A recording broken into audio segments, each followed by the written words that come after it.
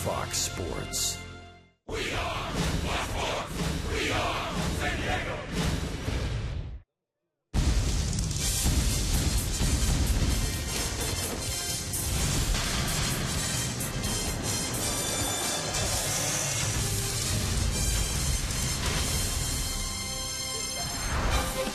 Well, they're coming to see that man, number 22, Kershaw. We're in the City of Angels, and the Dodgers heavenly aloft the National League West, in part because of this man, former Padre Adrian Gonzalez.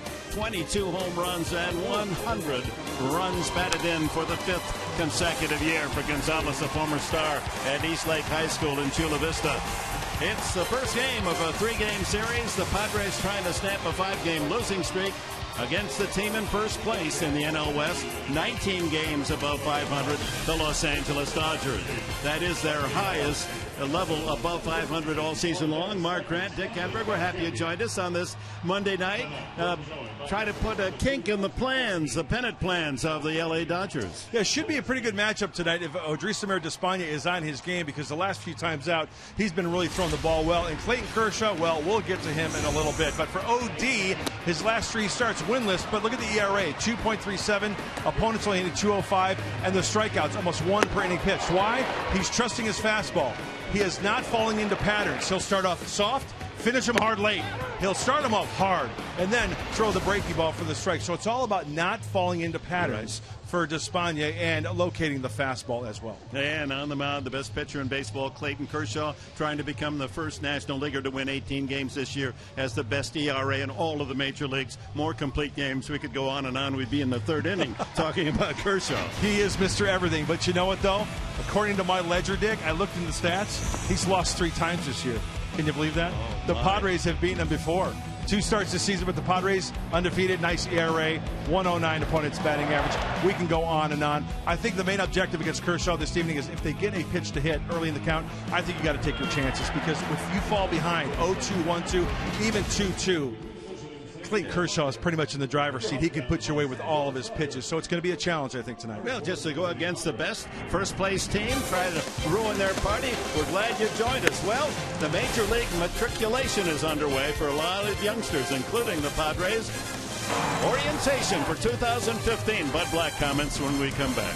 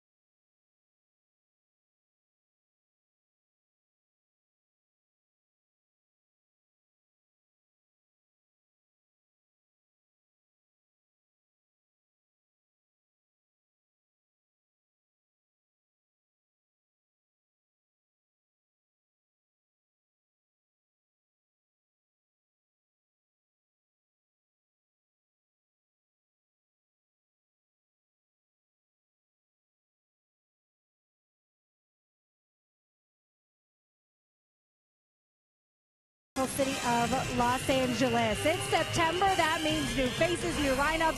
It also means lineups with a lot of youth. Yesterday against the Rockies, Bud Black started 3 rookies in the lineup. I talked to him about what it means for them to be here in September and the experience they gain heading into the offseason. These younger players, Spangenberg, Medica, Almonte, Solarte, Gobert, these guys are facing Kershaw, they're facing Greinke, they're facing Bumgarner. They're facing the best pitchers in the in the National League as they go through this month, and every at bat that they get, they draw from it. And again, the technical teachings that they get from Phil and Zoe and Darren, again, will be great for them as they go into the winter and as they prepare next season, coming into spring training to try to win a job. And that's your Geico quote of the game. Talk about learning on the job, having to face Clayton Kershaw, see if they can break the 5-game losing streak. We got game 1 coming up between the Padres and the Dodgers on Fox Sports San Diego.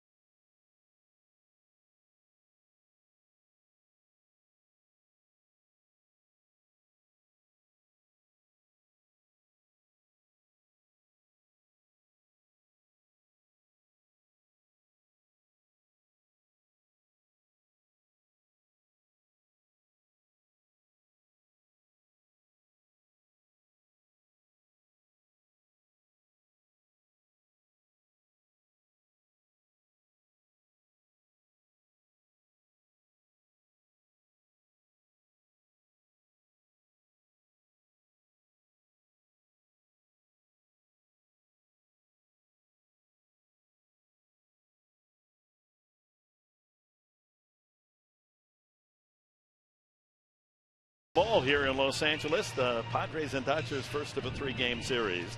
And we'll check first on our Padres lineup. That'll go against Clayton Kershaw, brought to you by Toyota. Jan Solarte will lead it off. Reimer Liriano, the young right fielder, second. Then Jed Jerko had a good series in Colorado. Rene Rivera, cleanup hitter. Yasmani Grandal, the switch hitting first baseman tonight. Tommy Medica bats 6th. Cameron Maben 7th. Alexi Amarista 8th. And Odrisamer Despaigne will bat 9th. Clayton Kershaw, 17-3. Wow, the numbers are just mind-boggling, but get right down to brass tacks. The kid locates everything. He stays out of the middle of the plate. He really puts hitters on the defensive. 169 in the 3rd innings pitched, Dick. He's only given up 115 hits on the year. He doesn't walk anybody. Hey, it's going to be a challenge. It's been a challenge all season long for the opponents facing the left-hander. ERA of 1.70, the best in the major league. So Bud Black's team will be challenged tonight, but they've beaten him in the past, and we're underway. First pitch of the game is a ball. Solarte as a Padre hitting .258. Solarte, then Liriano and Jerko to start things here in the first.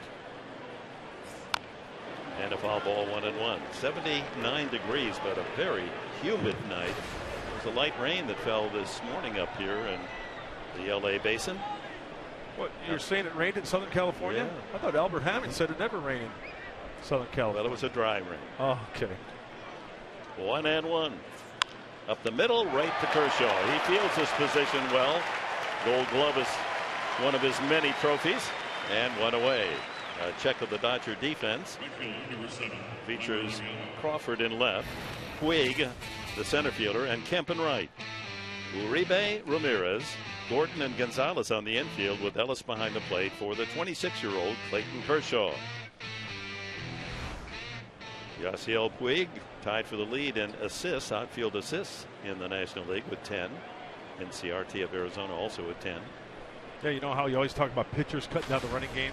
Puig in center field cuts down the running game, taking the extra 90 feet. Good cut by Liriano.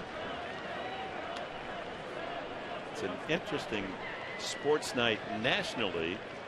The New York Giants played the Detroit Lions tonight. The Lions beat the Giants 35-14, and the quarterback for the Lions is Matthew Stafford, who went to high school. Was the catcher for Kershaw at Highland Park High School in the Dallas area.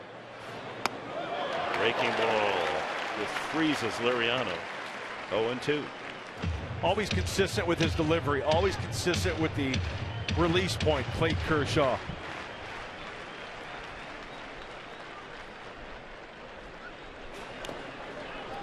Throws that in the dirt just to see if Liriano might take the bait. Now we'll get the real pitch. Reimer with a home run and 4 RBIs. Jed Jerko on deck.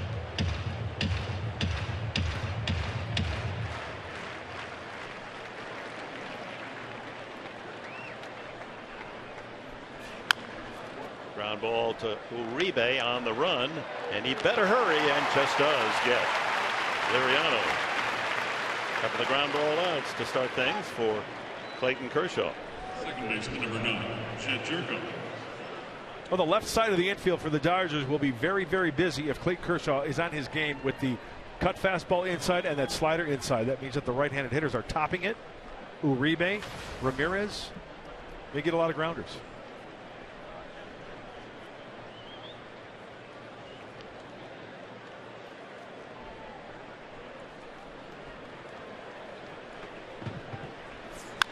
And another ground ball to Hopper. Easy play for Uribe. A 1-2-3 inning. 3 ground ball outs. Here come the Dodgers in the first. Again, so Graysomer Despagne.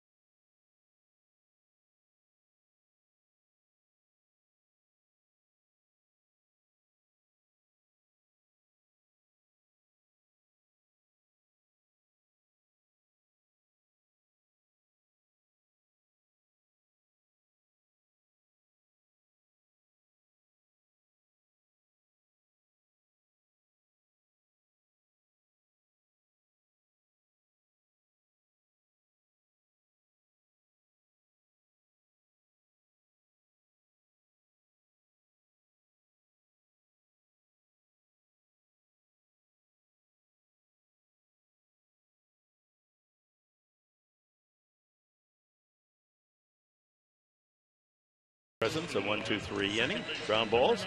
Here's the Dodgers lineup of Don Mattingly, brought to you by Mattress Discounters.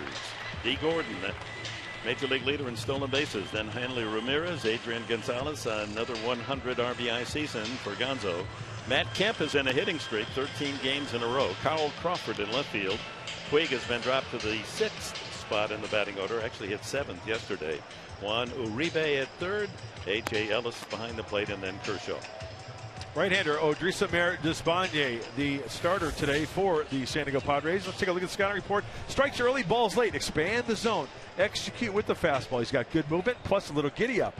94, 95 at times on that scouting report. And as always, brought to you by Jaguar of San Diego. Gordon settles in, and Despaigne's first pitch is outside and high, ball one.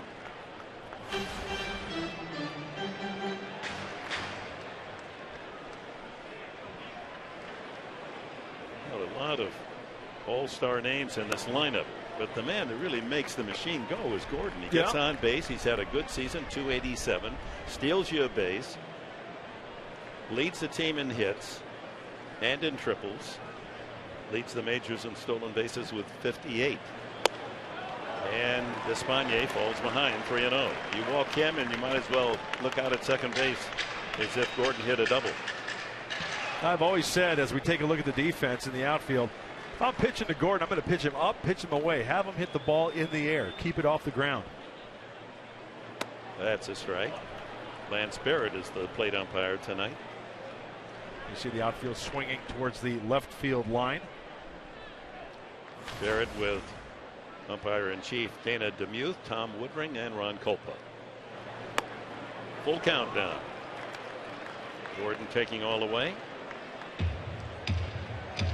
Now, these are heady times for the baseball fans up in this part of the country. The Angels are in first place in the American League West. The Dodgers in first place in the National League. Up the middle, under the glove of Despaigne, and it just rolls softly into center field for a base hit. A ball that Despaigne ruse in that he should have been able to knock that one down. It was right at his glove. Padres defense brought to you by the Aramco Group. Medica in left tonight with Baben in center, Liriano in right. Solarte and Amorís down the left side, Jerko at second, Grandal at first, and Rivera behind the plate. Hanley Ramirez. His home run total on his chest, 263. 63 runs batted in.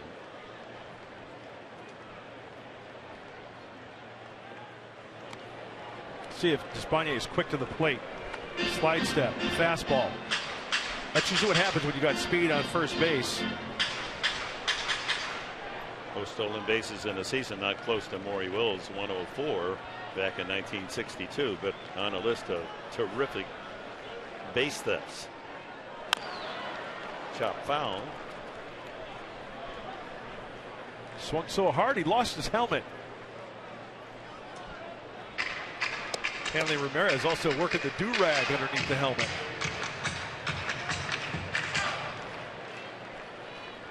You have to pitch to Ramirez. He walks more than any of the Dodgers. There's Gonzalez. He'll be next. Has to be a woefully sorry because the Diamondbacks left town. Man, did he chew them up this year. That misses away. 1-1. Against Arizona, Gonzalez hit .413 in the 19 games they played, and 7 home runs and 25 runs batted in.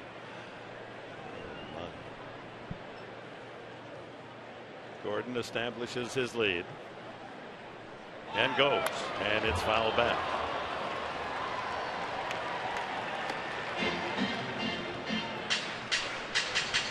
Little run and hit.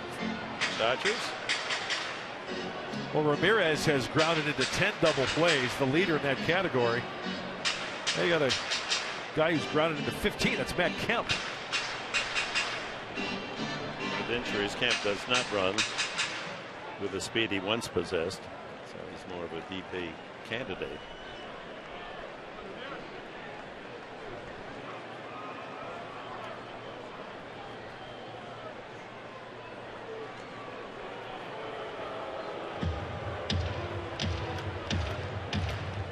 A smaller crowd on a Monday night, but they'll be sold out tomorrow night. Another bobblehead night. They lead the world in bobbleheads. They run out of Dodgers, so they're going to have a Babe Ruth bobblehead tomorrow night. think we should have beaten them to the punch. I heard that Babe Ruth spent a winter once in San Diego. So yeah, did some barnstorming down there. Yeah, we should have. I wonder what the significance is here in LA of having the bobblehead, Babe Ruth bobblehead. Well, just a great player, I guess. There's certainly not much of a connection with Los Angeles. Maybe a coach for the Dodgers in spring training back in the day. There goes Gordon, the throw by Rivera. In time, and Jerko, no advance as he loses the ball for a moment. Number 59 for Gordon. Decent jump, and you know D. Gordon doesn't even need a good jump because he's got the good speed, but the short hop, shortstop side, no chance of getting Gordon. Now Odrisamer is going to have to battle against Ramirez. That's so key to keep that ball in the glove on the runner. We mentioned it many times, especially if there's a foot transfer.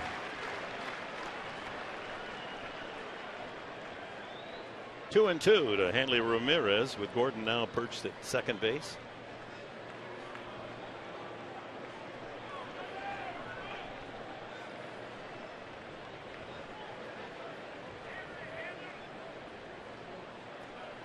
Solarte hugging the line down that third base side. Huge hole, 5.5 hole with Amarista. He's got a big hole here, and that's exactly where he wants a ground ball here to keep that ball in front of the runner and get that first out.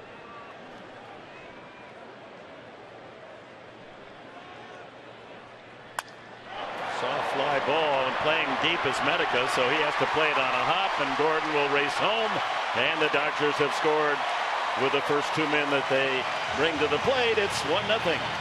Not hit hard, but Medica was playing way back, and that soft fly ball landing for an RBI number 64. Off the end of the bat and out of the hand, it's a slider. You know, it's a good place for the slider. Boy, Hanley Ramirez really standing up close to the plate on contact. Look at the barrel of the bat. The end of the barrel of the bat extended actually to the left-hander's batter's box. It's the old parachute ball, shallow to left field, and as you said, Dick, Medica playing deep. And D. Gordon, I mean, let's face it, the guy's a great base runner, right? He read that one, he saw Medica, he just rounded third and scored. Adrian Gonzalez tied his career high. There goes the runner, and he is out. Ramirez unable to make it safely on his steal attempt. He has 13 this year, and Rivera throws out another. He's among the league leaders, catchers throwing out base stealers. Oh, Don Mattingly letting go of the reins of these Dodgers. 1 and 2 in the order. The swipe tag got him on the 1 of the 13 on the back of Ramirez. Amarista with a tag. Rivera with another great throw. And there's the tag.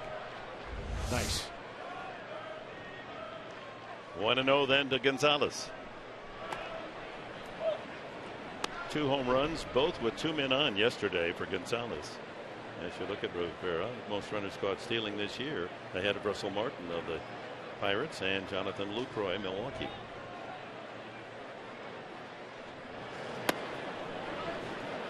So 2 homers, 6 RBIs yesterday for Adrian. The 6 runs batted in equals his best ever in a game. 5 straight years now with 100 runs batted in. I really think Despaigne can get Gonzalez with the changeup. Threw a first pitch changeup the at bat. That was the changeup there. And once again, not throwing into any patterns for the right-hander.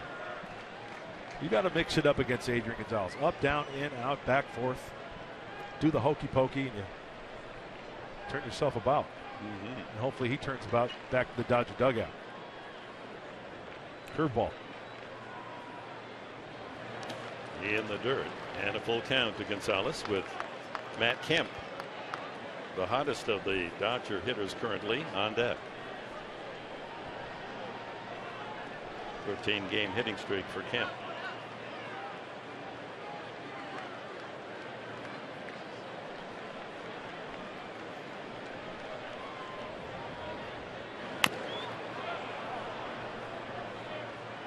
And they'll do it again with the count full.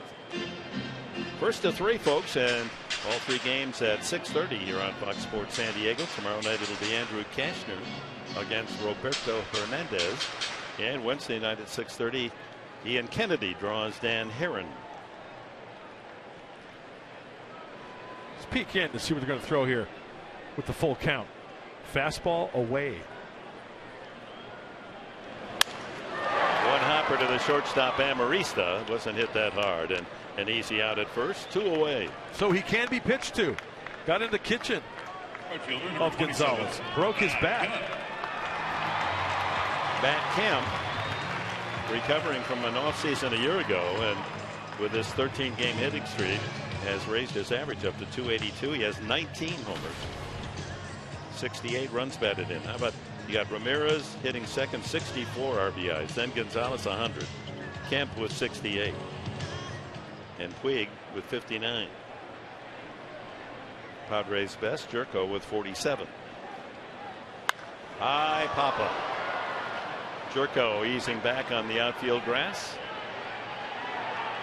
And that'll do it for the Dodgers in the first. But Gordon and Ramirez collaborate, a couple of singles, and the Dodgers have a run.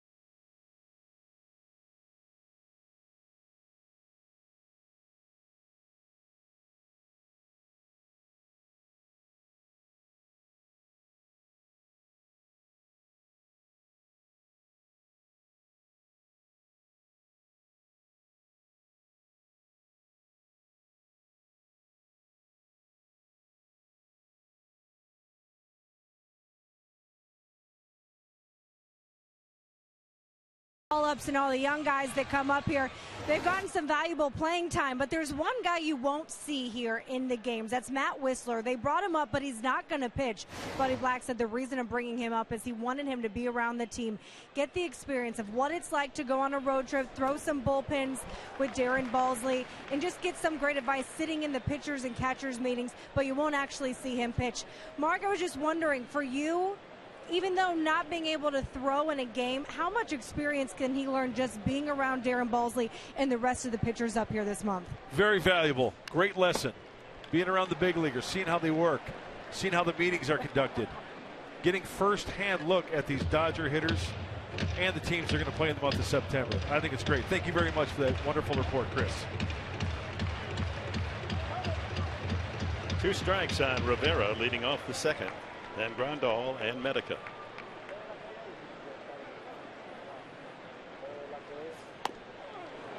He's out of there. All third strike. Painted the outside corner, much to the surprise of Rivera.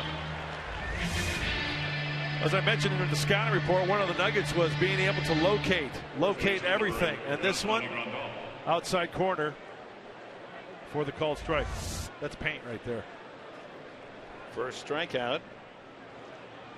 Kershaw among the leaders, number 3 in the National League. That's his 203rd strikeout. Grandal hasn't had a lot of luck batting right-handed this year. Only 9 hits and 62 trips. Again, look at where he spots that first strike. Misses there, 1-1.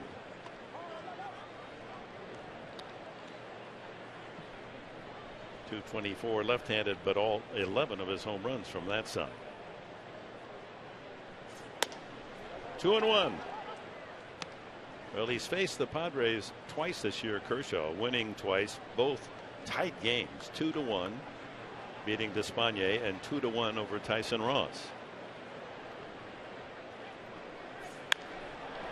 Off the fist, a slow roller to second. Gordon over to Gonzalez. 5 up, 5 down.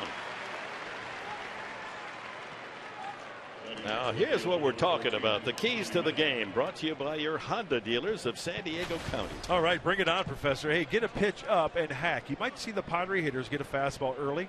If it's up, go to hack, and you want to try to avoid that breaking ball, maybe down and in for the strikeout if you're a right-handed hitter, and string together some good at-bats. Try to battle. This Padre lineup has battled before against Kershaw. They've beaten him before. Hopefully things can go their way and get multiple base runners tonight. Come up with that big hit. Tommy Medica breaking out of his slump in Denver against the Rockies with a home run. Takes a strike. One of the many rookies seeing action here, heavy action during September. They're being judged. They're being scored by not only the manager and the coaches, but the scouting department. Ground ball toward the hole. It's going to be close. Gordon's throw, and it's one hops. And Gonzalez with that Gold Glove of his makes a nice dig. 1, 2, 3 again. 6 straight retired by Kershaw.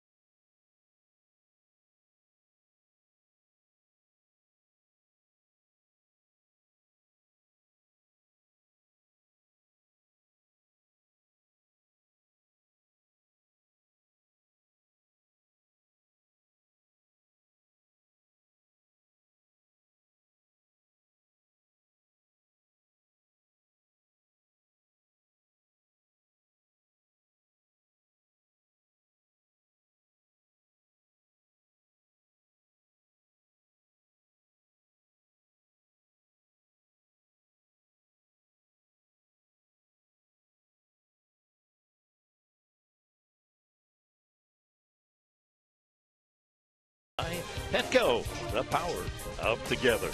And by your San Diego Lexus dealers. No score for the Padres as they've been retired in order. 2 innings against Kershaw, needing only 17 pitches for 6 outs. Despaigne giving up a run in the first. Carl Crawford leads off the second for LA. Then it's Puig and Uribe.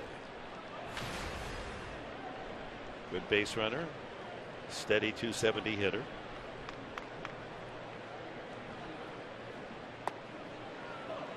Off speed at 74, a strike.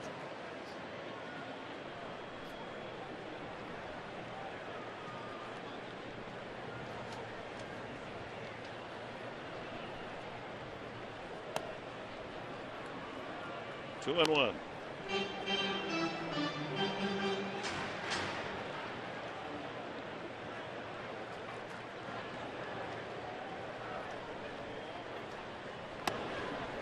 Crowds the plate and inside with that one. 3-1. And like any pitcher, these are the counts where you want to avoid 3-1 hitter counts. Now he's going to really have to locate or bank on throwing an off-speed pitch for a strike.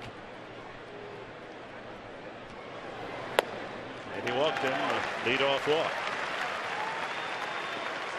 So Gordon led off the first inning with a base hit, stole second, and scored on Rivera's single. Let's go back to the first pitch to Carl Crawford. A little fastball away, trying to take it the other way, and a changeup for a strike. Now this is where he falls into trouble and gets it to a hitter's count. Fastball away, slider in. This is with the fastball. Now it's back to the stretch for Despaigne. Yasiel Puig has fallen on tough times the last 6 weeks.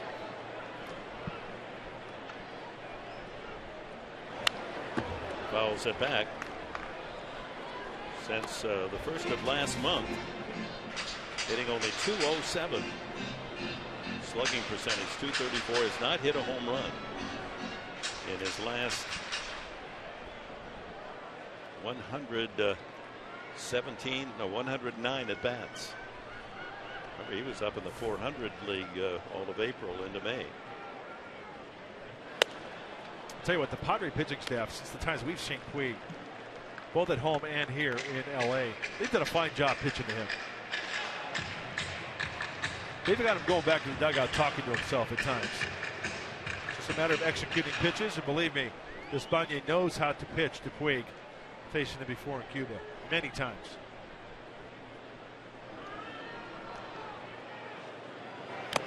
Fouled into the glove of Rivera. 1-2.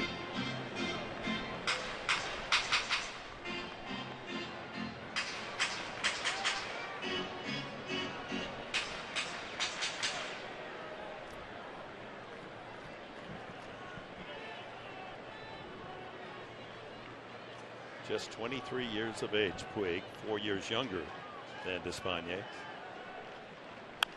Pops him up off first, might be a play. Grandal doesn't have that long an arm. The last 2 pitches, Puig could have done some damage, but he is in such a funk right now. Look at him. He's trying to analyze his swing himself. He's thinking too much between the ears probably. Look at this breaking ball here. On contact, he's out in front of it. The last couple pitches have been good ones to hack at. Trying to keep the ball away from him. Crawford is second to Gordon with 22 stolen bases.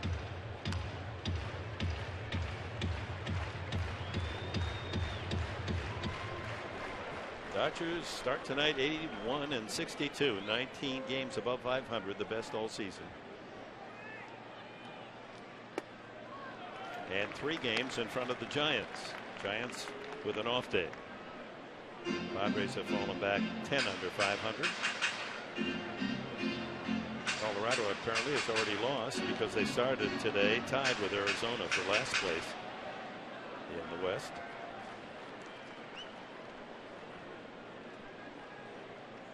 They played the Mets. Colorado did tonight. 3-2. Even the Dodger fans oohing and eyeing, but that ball was outside.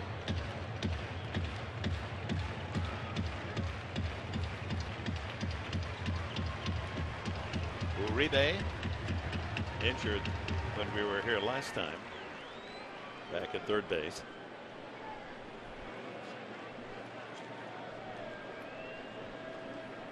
Crawford goes, foul back.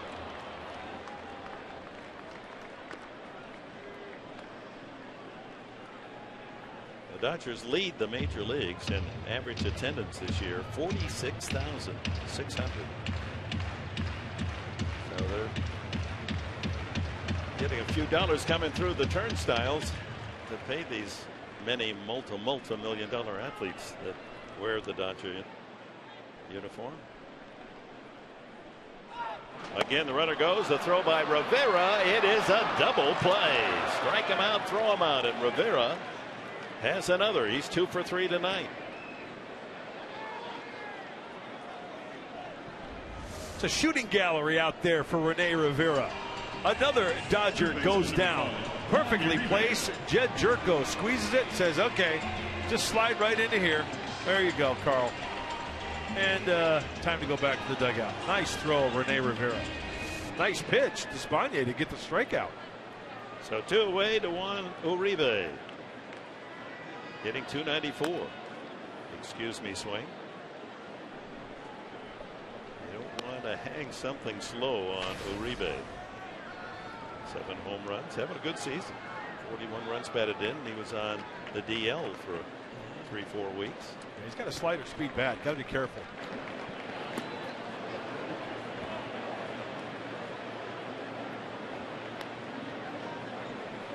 One ball, one strike. Now the check. Oh my goodness, did he go? That ball hit deep to right field, slicing in the corner and gone. Just there, home run.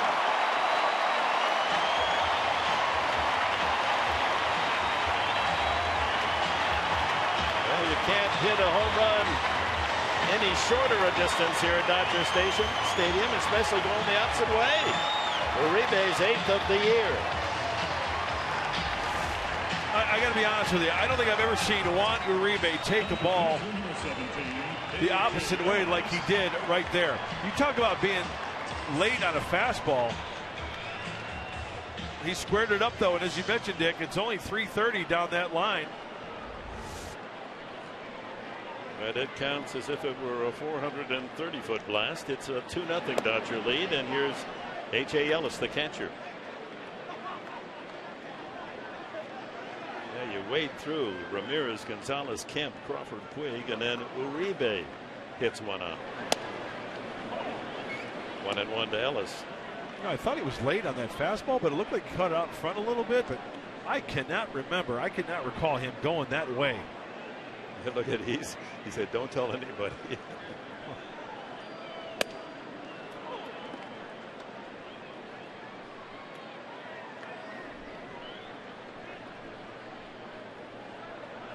"93 miles an hour on the contact speed." No, it sounded good off the bat. 2-2 to Ellis. Ellis with the 6 years in the big leagues, a .256 average, but way under that this year. 189. Ground ball to first. Ground ball to the bag himself. And the Dodgers gone in the second, but Uribe belts one into the right field seats. And Despaigne and the Padres trail 2-0.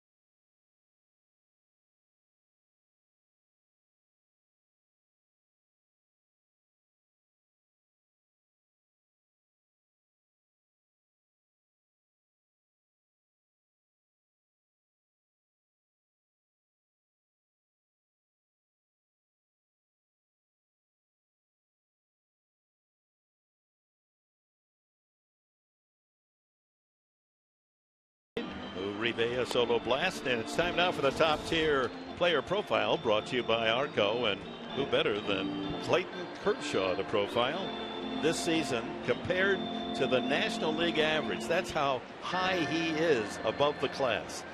1.70 ERA. The average is 3.67. He's almost 2 runs below the average. Yeah, and I heard there's a possibility that he's going to get called up to the next league. Yeah, the higher league, higher level. It's only a matter of time. You know what? It's something special that comes around once every generation or so, right? You talk about pitchers, and the numbers don't lie, right? I mean, how many times you get a chance to see a Bob Gibson in your lifetime? How many times you get a chance to see a Sandy Koufax? Hey, Tyson Ross is pitching his little. I have to bite my tongue there. Pitching his heart out this year and putting together a great season. His big heart out. Yes. Cameron Maybin, 1-1 the count. Maybin, Marista, and Espana in the third. And there he is, dropping in a pitch on the outside, a curveball. See, now he's got such a tight breaking ball that Clayton Kershaw can throw it knee high, break it down by the back foot.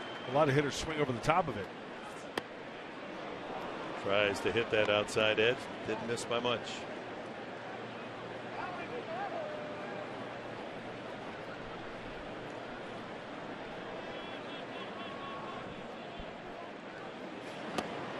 Down goes Maybin. That's the second strikeout.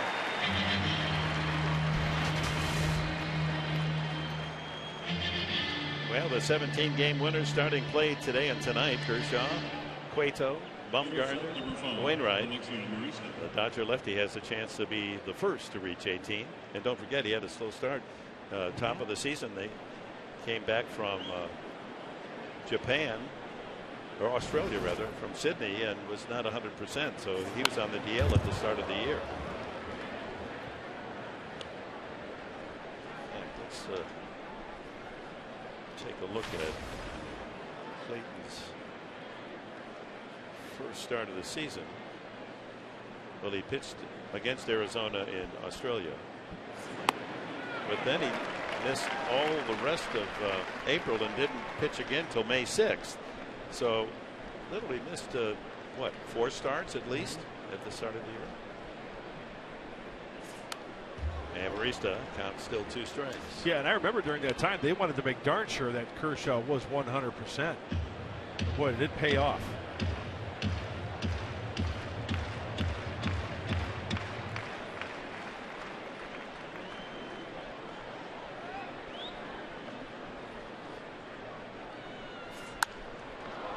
Oh, Uribe with a 1-humper and throws out Amarista. That's the kind of plays that get fans excited when they look about the potential of something at the end of this game being ultra special. Nice glove work by Uribe. Oh, Amarista squared this one up. It was hit hard, a short hopper, and Uribe is pretty sure-handed down there. Pitched them perfectly, even though the ball was hit sharply, positioned perfectly for the 5-3 play.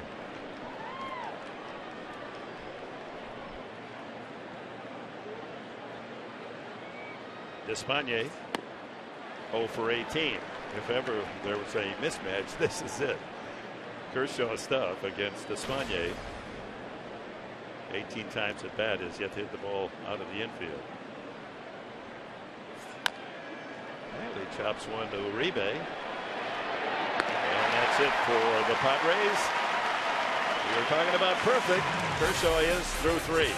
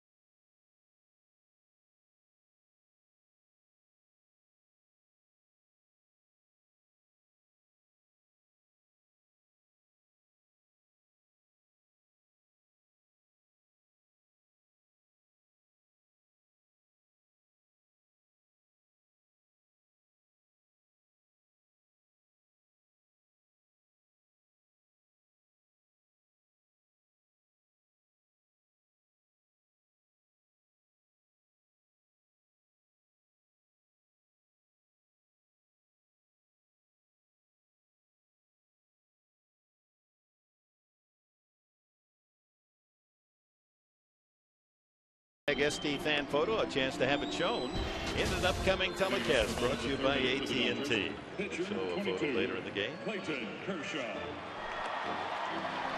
Kershaw will lead off the last of the third against O.D. Despaigne. Then it'll be Gordon and Ramirez to follow. 2-0 Dodgers. A run in the first on a single stolen base Gordon, RBI single Ramirez, and Juan Uribe's 8th home run of the year to the opposite foul pole to make it 2-0 in the second. You know, after recalling some at-bats from Uribe, remember a couple times, Dick, he went to the Petco porch in San Diego going the opposite way. When he was with the Giants, he had a little opposite field power as well. So it's the hanging breaking ball you got to be careful, but he took that fastball the opposite way for the home run. Kershaw, not a bad hitter. He has 9 hits this year. He'll take his swings. 0-1. Has a couple of RBIs. That's his career average. And looking again, 0-2.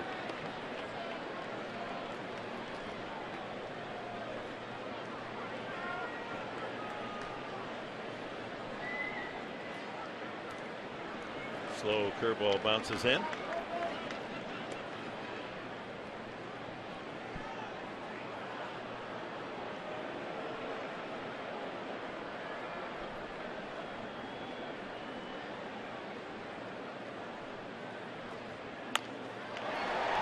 Shortstop Amarista. And there's one away.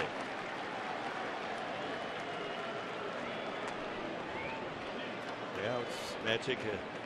Number time, clinching divisions. Dodgers number 17 with the Giants on their heels at 3 back. Baltimore is closest to clinch. So any combination of a win or a loss to the team that's chasing you, mark it off, and those teams are doing a lot of scoreboard watching right now, huh? It's always a fun time of the year for baseball fans all around Major League Baseball. If the Orioles beat Boston tonight, the Red Sox are eliminated, one of the first to go south. How about that? From first to possibly worst, huh? It's amazing. You know what that is? It's baseball. Baseball. And Baltimore, yes, did shut out Boston tonight 4-0. So the Red Sox are eliminated. Gordon with a high fly to Medica near the foul line and left.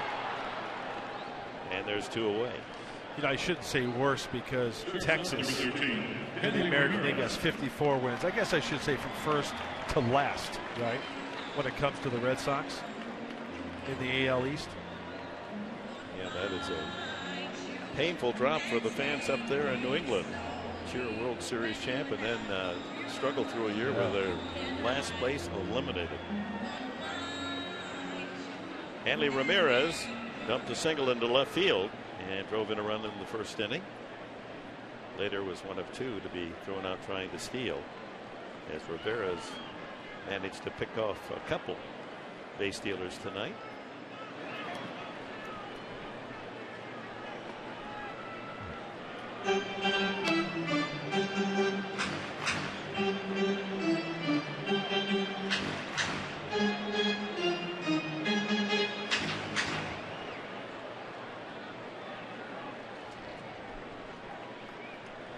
The baseball schedule earlier than ever that I can remember for 2015 was released today. And the Padres are going to open the next season in early April right back here, and they're going to close out the season here at Dodger Stadium. Make your travel plans now. Yeah, there's going to be some very interesting games indeed. Home opener against the Giants. April 9th, 10th, 11th, and 12th. Whoa, that ball ripped out through the middle. Ramirez has his second hit. First baseman Adrian Gonzalez. So just a few of the dates of interest. Opening day, April 6th. It's about a week later than this year here against the Dodgers. Then they go home April 9th, a 4-game series on the weekend against the Giants. In interleague, the Astros, Athletics, Mariners, and Rangers will visit Petco Park.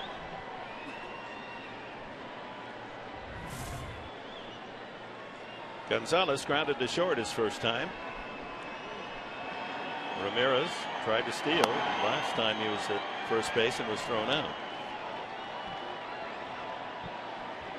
Yeah, this is one of those situations where you just anchor down and you let the big boy hit, right? Leave that right side hole open with Grandal holding on the runner and Jerko at the edge of the grass at second. 1-1. Chance for Hanley Ramirez over at first base and just take a blow.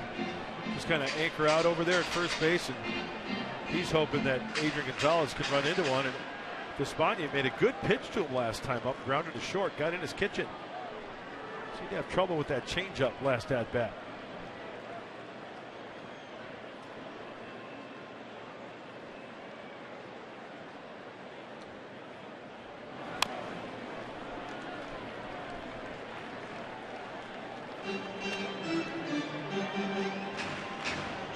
Well, he's done well in the past against the Padres, 314 a year ago, but only 210 this season. They're making great pitches against the starters, the bullpen alike. They've done that all around the league. I mean, that's why the team has consistently all year long been 1 or 2 in ERA.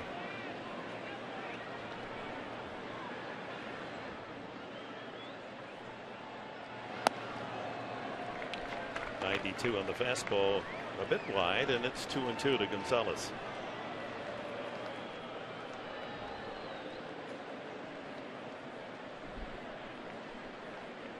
Fantastic career for Adrian.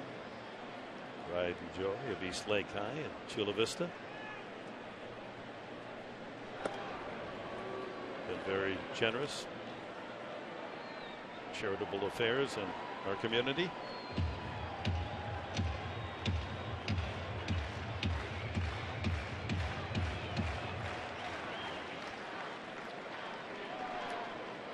Two and two, and in the dirt, a full count. That'll give Crawford a jump start.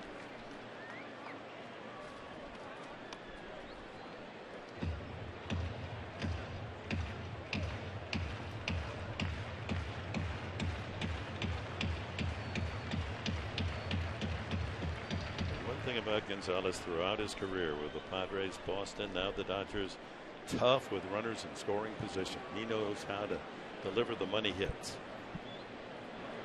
Runner goes, swing and a miss. He gets Gonzalez for his first strikeout, does Despaigne.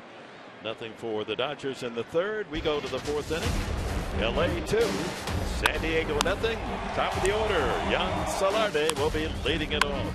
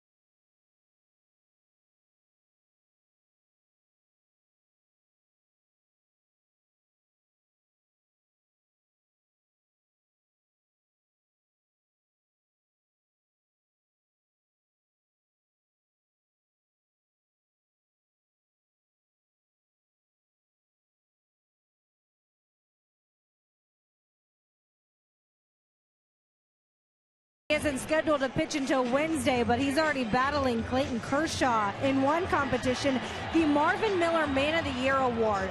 Teammates from the 30 different teams nominated one of their teammates. Both of them are up for it for their respective teams, and it's for a player who inspires people for their contributions on and off the field. Kennedy and his wife have done a lot for people within the Navy because his brother-in-law was in the Navy. He's invited a lot of them to Petco Park to watch the games with his wife. They bring fans before the game to watch batting practice. And Solarte has the first Padre hit. Chris Button, that's significant because with Kershaw on the mound, you never know. So any drama about a no-hitter is gone on that line drive single. Hey, I understand real fast you have until Friday. Go to MLBplayers.com. One player from each division, so there'll be 6 finalists. If you want to vote for Ian Kennedy, MLBplayers.com by Friday. Back to the action, Dick. All right, thank you, Chris. Reimer Liriano with the leadoff single from Solarte. Liriano grounded to third his first time. Ian Kennedy, very athletic family. You know, he was the baseball star at Southern Cal, and his wife, the basketball star. 3 adorable children. Yeah, absolutely. And I don't think we hear enough about players like Kershaw and Kennedy and what they do off the field. You know, you crack open the sports page or you get online and you see the stories that are negative. I tell you what, there's plenty of positive out there as well. And it's guys like these are doing just that. Absolutely. Ground ball toward the hole, and Uribe cuts it off for 1, back to first, not in time for 2. Liriano can run well enough to beat that out. Kershaw, speaking of the charity, as we take a look again at Uribe cutting that ball off and going into left field. He and his wife have started and supporting financially and with their presence an orphanage in Zambia. And the time taken, the money offered, just the charity goes worldwide. It's a small world and getting smaller every day, isn't it? Jed Jerko grounded to third his first time. That's 5 assists already for Uribe at third base. You were right. You better be on your toes on that left side of the infield. Yep.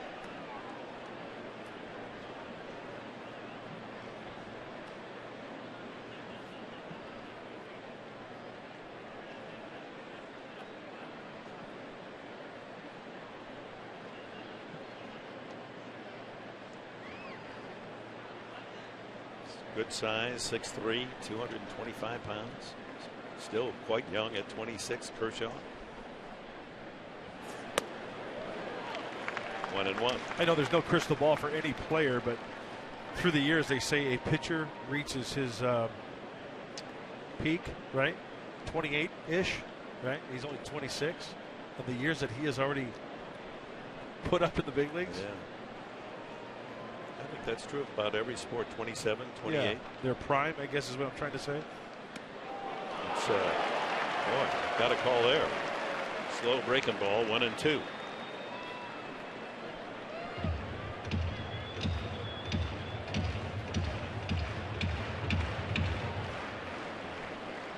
Southland Technologies thinks that ball is outside, but Clayton Kershaw gets the call.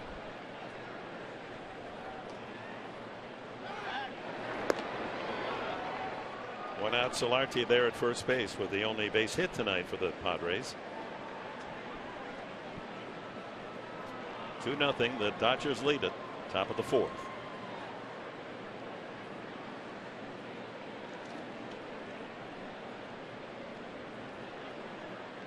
Runner goes. Ball in the dirt. Solarte's in there safely. And Ellis has to go back and get the ball. And the Padres have a man in. Or check that. It's Liriano now. After being safe, forcing Solarte. Liriano safe at second base. Stolen base. His second.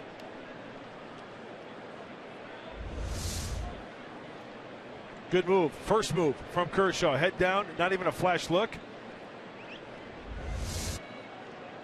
Now a chance for the Padres to get one or more back here. 2-2 to Jerko.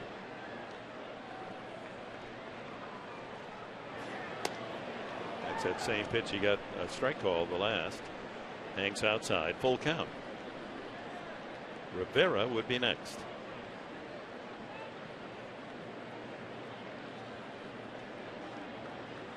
This is where I mentioned earlier as far as a key to the game. Get a pitch up, hack at it, put together a good at bat, a runner in scoring position. Ball 4. And the Padres have a couple men aboard. That's the first walk from Kershaw. And he'll bring up Rivera. Catcher number 44, Rene Rivera.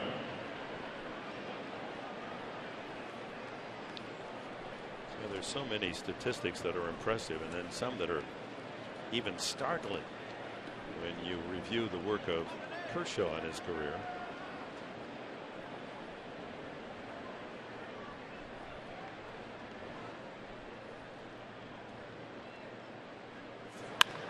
That ball hit well to right center field, and that's up the gap. And it's cut off in right field, but one run will score. Liriano and Jerko on to third. A long single by Rene Rivera, and it's a 2-1 ball game. Good outfield play by Kemp to keep that from going to the wall and saving a second run. There's a key to the game. Get a pitch up and hack at it. It's a 4-seam fastball, and it's one of the few times that Kershaw misses. Inner third, he wanted to bury that in near the handle. And Rene Rivera does a nice job of going to the right center field gap.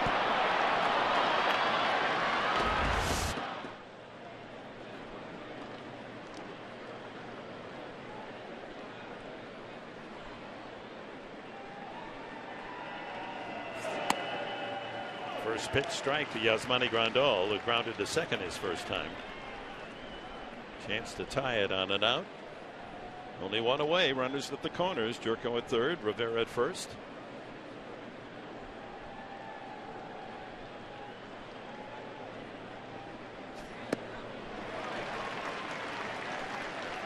A quick 2-strike count on Grandal.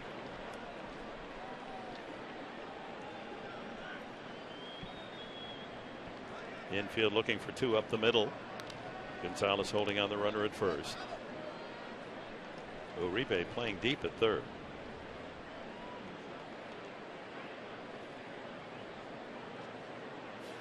He got it. 2 away.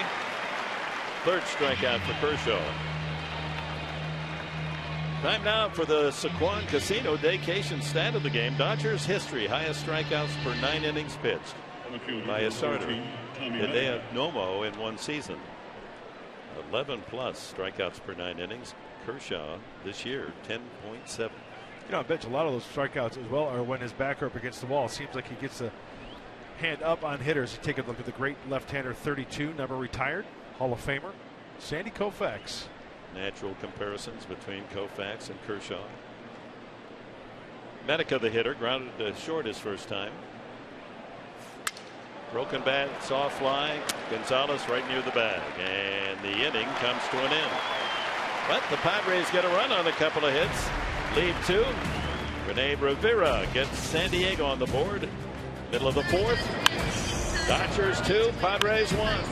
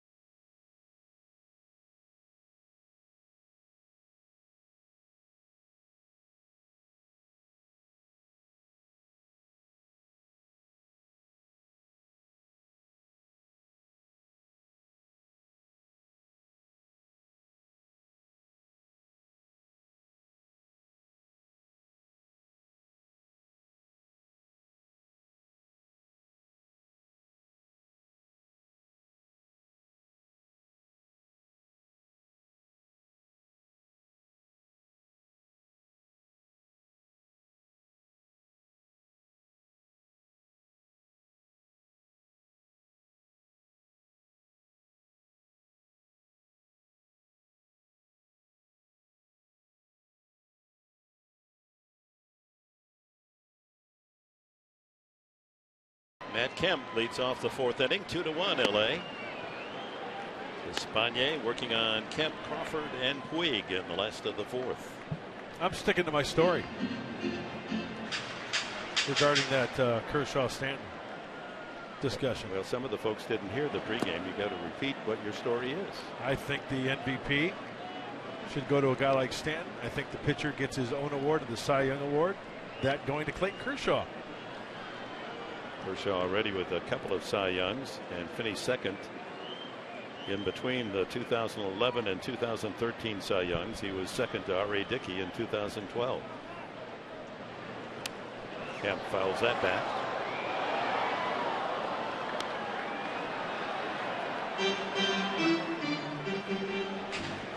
Kemp popped to second his first time. Looking for a base hit to extend his hitting streak to 14 games.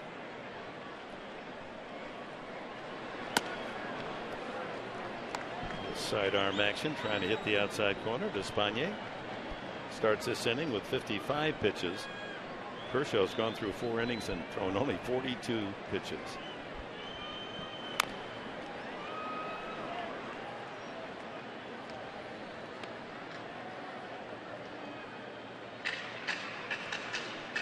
The Padres will conclude their meetings with the Dodgers with this series. Still got some action left against the Giants. Curveball backs him away, didn't quite catch the inside corner. Full count. You know, by the way that pitch was thrown and caught, I thought maybe he had a chance to catch the inside corner. Pretty good pitch.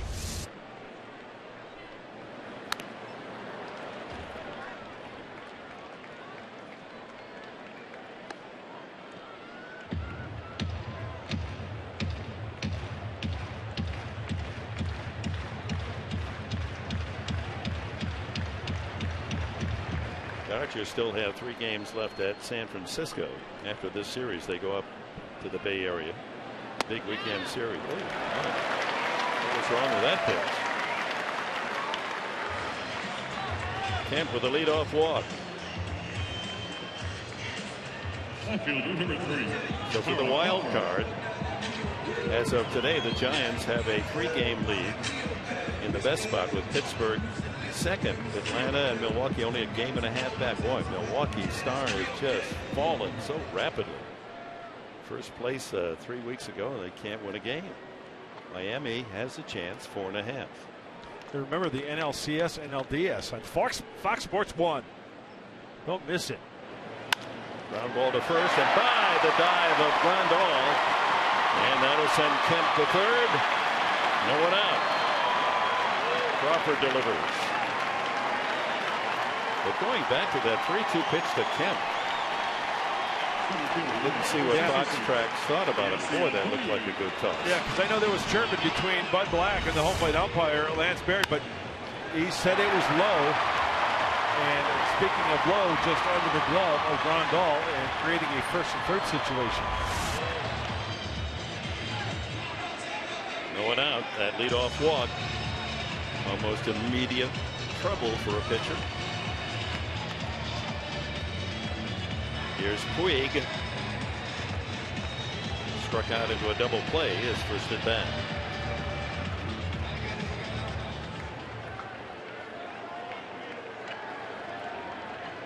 You got to be stingy when the opposing pitcher is Kershaw. The Padres are within 1, 2-1. Got a chance here for the Dodgers with no one out.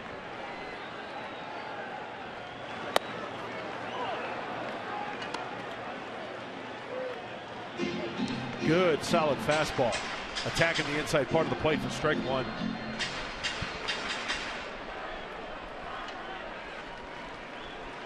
Wow. That's scuffling right there.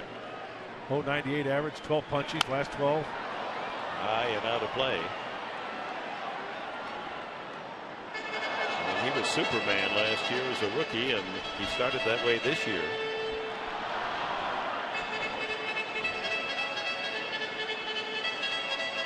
Hitting second when we last saw the Padres here in Dodger Stadium. Now hitting 6th and dropping farther and farther down the batting order.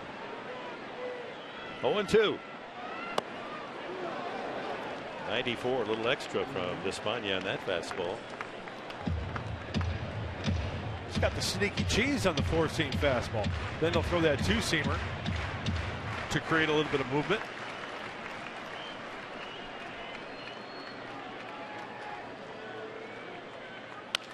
There's a base hit to center field. It's 3-1 as Kemp, leadoff walk, comes in to score, gets away, and on to second goes Puig.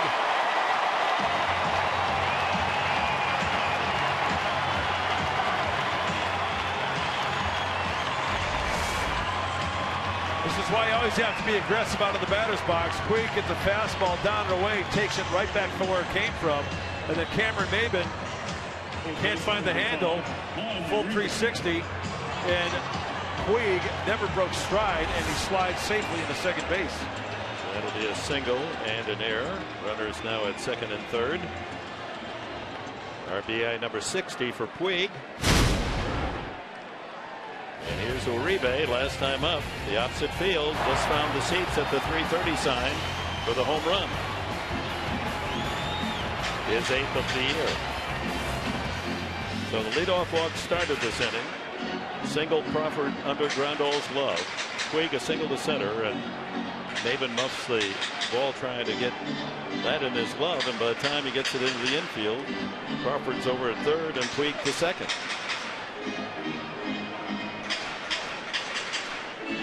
See how he pitches Uribe here with Ellis, the right-hander, on deck.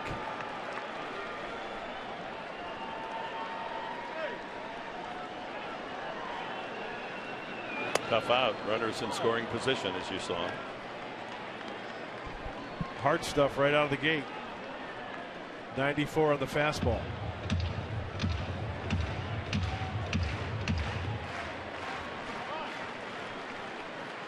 Infield playing halfway.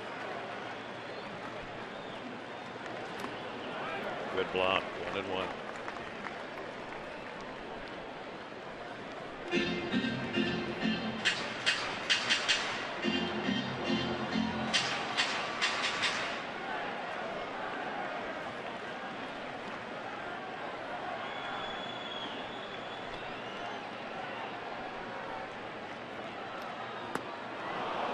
Speed had him way out in front.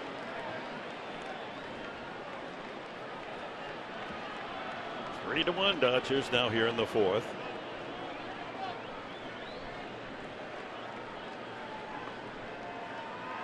Infield end, playing a pull just a little bit on the left side. Gets away from Rivera, not far enough for Crawford to come home. Plenty of speed out there from the Dodgers and Crawford and Puig.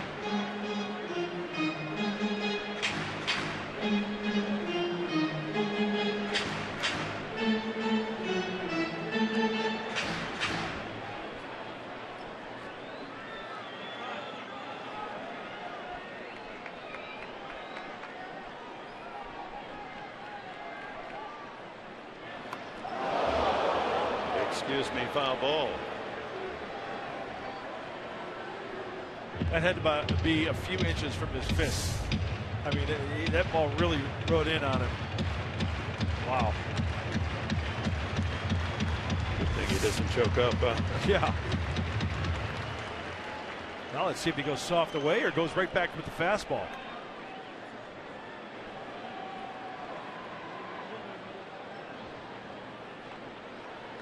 Got him with a curveball. One away. Second strikeout to Spanier. Hard in, soft late to Uribe. Catcher number 17, A.J. Ellis. Remember the home run before? Fastball away. 2 strikes here. Curveball rotation. Opens up that front side. And, you know, that was a hanging curveball to Uribe. A.J. Ellis, first base is open, and Kershaw due next. Infield even tighter now. They come from halfway to the edge of the grass.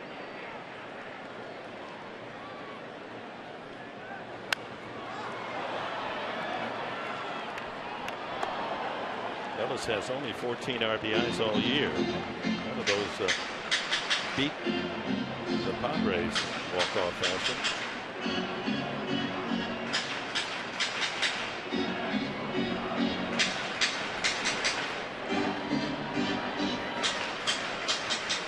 Now the infield way in, cut of the grass.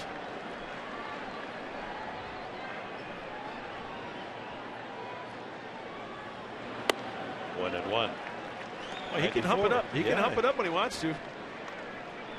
First saw him when he debuted against the Giants. Remember, June 23rd, he beat the Giants 3-0. I remember him getting that fastball up in that range, 94-95. You see Darren Balsley, the pitching coach for the Padres, living and dying with every pitch. Ground ball to second. Jerko, the throw. Oh, he doesn't throw to the plate. A run scores. It's 4-1 as Crawford comes in on the ground ball to Jerko. Well, I don't know whether Jed got flat-footed or what, but that's the reason why the infield's in for this reason. You get the two-hopper, he went to his right. He's got to plant and fire a strike home. That's pretty short throw.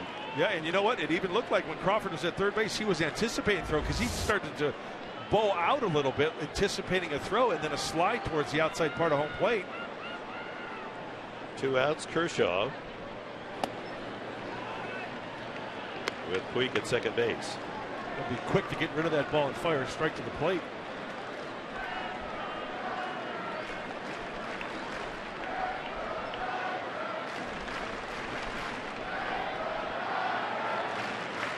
Leadoff walk and error, all contributing to a couple of runs for the Dodgers.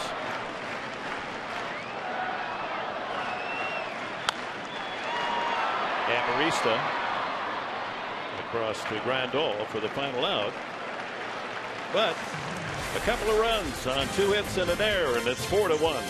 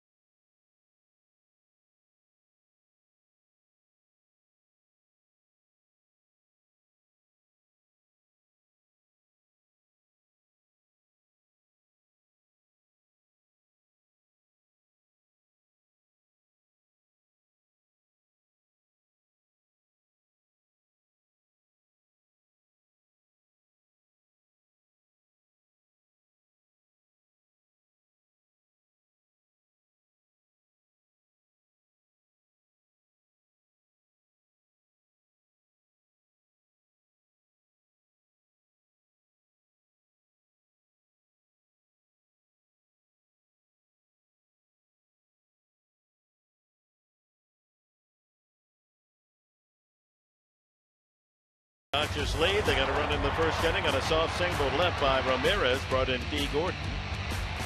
And then Uribe made it 2-0. In the second inning, a opposite field home run just inside the foul pole. 2-0. Rene Rivera, a long single to right center, drove in the Padres run in the fourth, but the Dodgers came right back. Big an RBI single when Maven bobbled the ball. That gave another 90 feet to the Dodgers, and they'd score a 4th run on a ground out. So one of the runs unearned in the 4th inning. And Kershaw now staked to a 3-run lead. Will face Maven, Amarista, and Despaigne in the 5th.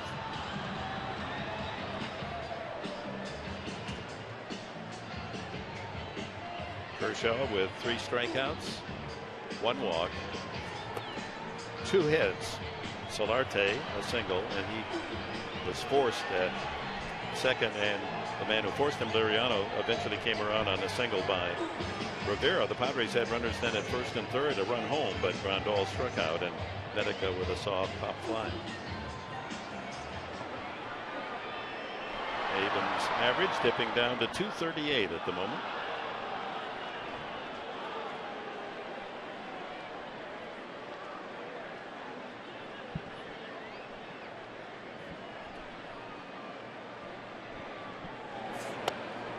Strike one.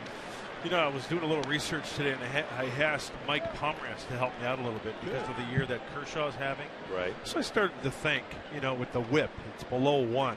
That's the walks and hits combined, you know, per inning, how many base runners a pitcher allows. Talking about the pitches thrown per game, the hits to innings pitched. And I asked Mike to check it out. How many 1, 2, 3 innings Kershaw has had this year? And it's amazing twofold. One is the amount of them. He's at 76. Ground ball right side, and easy play there for D. Gordon, and Maven is out. Another ground out. So Clayton Kershaw this year has had 76. That's including tonight. 76 1, 2, 3 innings. That's 11th most in the major leagues and 5th most in the NL. So a lot of quick 1, 2, 3 innings, and that helps your offense out quite a bit too, doesn't it? Yes, the first 3 innings tonight. Padres have hit only 1 ball to the outfield. That was the single by Rivera. Everything else had been a strikeout or a ground out. Amarista trying to bunt his way on, but way off the mark. He had a solid 1 hopper to the left of Uribe at third base his first time, but the veteran third baseman made a good play, throw him out.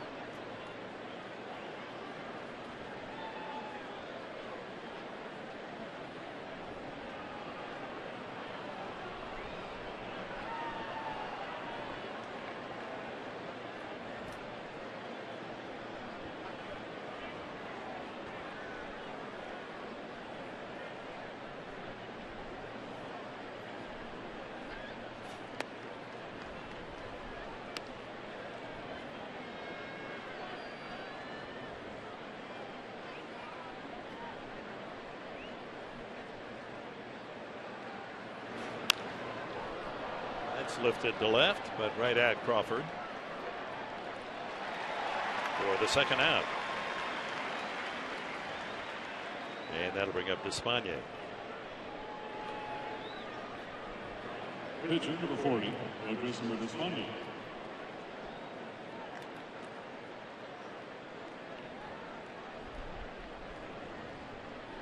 Grounded to third his first time. That'd be something if he got his first major league hit off Kershaw. Sure, just swing hard. Might find a hole.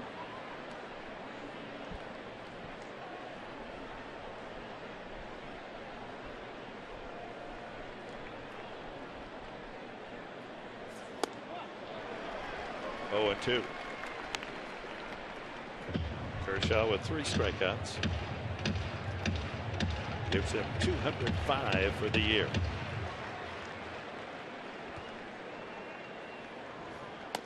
And another 1, 2, 3 inning as well. Halfway mark in this one, 4.5 in the books. Padres trail by 3.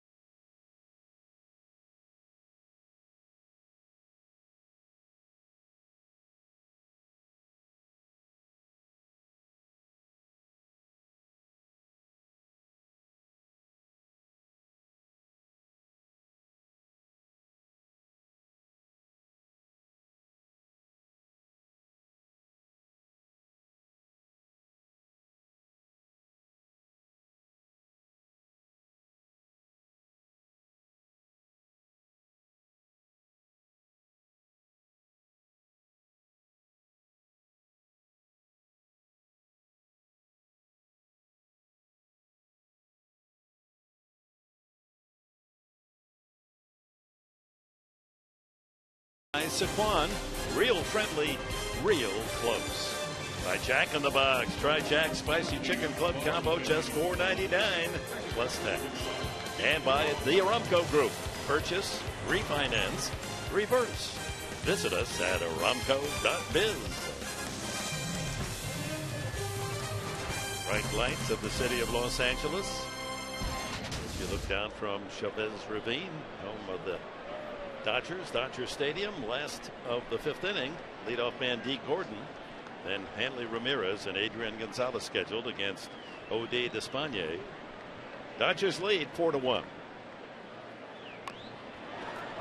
Foul ball. Rivera trying to get to that before it rolled foul. Yeah, and you know, when you take a look around a home plate, the chalk lines are all washed out. So that's a judgment call right there. Lance Barrett's got to make that call, see? If you redraw the lines, they'd be, where would they be then? There's the point of home plate to the third baseline is where that imaginary line is. So remember, it's where he touches the baseball. So you go to the back point of home plate there, and you draw that line, right? And then there's imagine through the box to the foul line. Here, that's foul. That's fair territory. Yeah. There is foul. Many people think that outside the box is the fair territory. Right. Not so. That's right. A portion of the batter's box is, in fact, in fair territory. D. Gordon singled, stole his 59th base, and scored in the first inning. Fly to left the other time at bat.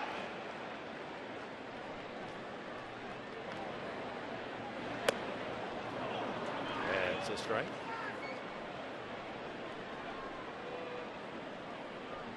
Tried to go inside there. Looks like he may have gotten a call there. But you know what, though? It's close enough. Might have nibbled. Ground ball to first. Grandal can take it to the bag himself with a unassisted put out. One away. And as we promised you earlier, we have the AT&T fan photo for you. Tweet your photo to hashtag SD fan photo. And a chance to be shown in an upcoming game telecast brought to you by AT&T. Thank you, Todd. All the happy fans, huh? Yeah, at Big Ahi. Having fun. We're in the Padre gear. Thank you. Thanks for playing.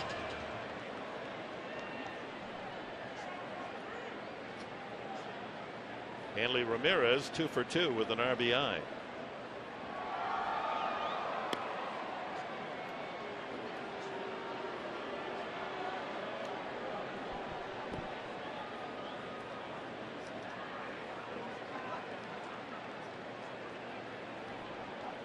Dodgers 4 runs on 6 hits. Padres 1 run, 2 hits, and 1 error.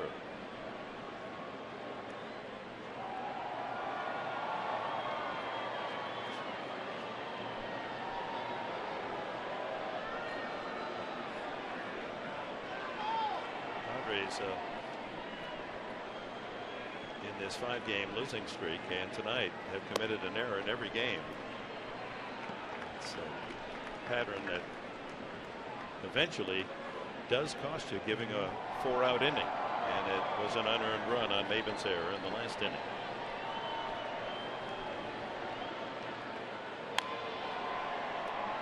Good changeup.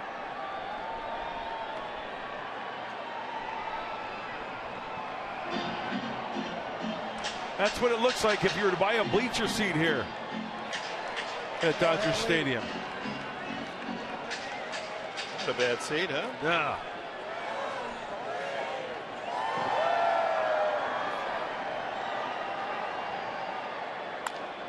Toward the hole and under the glove of Amarista. Hanley Ramirez is 3 for 3 tonight. First baseman number 23, Adrian Gonzalez. So the leadoff man Gordon made out, but Ramirez with a single, and here's Gonzalez. And once again, mentioned it earlier, Ramirez stands close to home plate, and yet he gets that ball that's on the inside part of the plate and fights it off through that 5.5 hole. Got to that ball nicely, and a great effort by Alexi. Gonzalez grounded to short and struck out.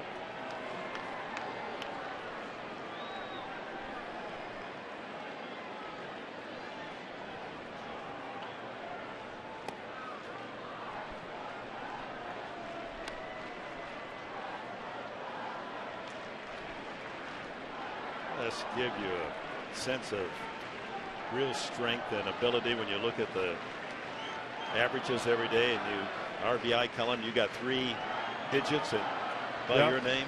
Yep. Another 100 RBI season. Padres have a couple of men getting up. Frank Garces and Leonel Campos. A couple of youngsters just called up in September.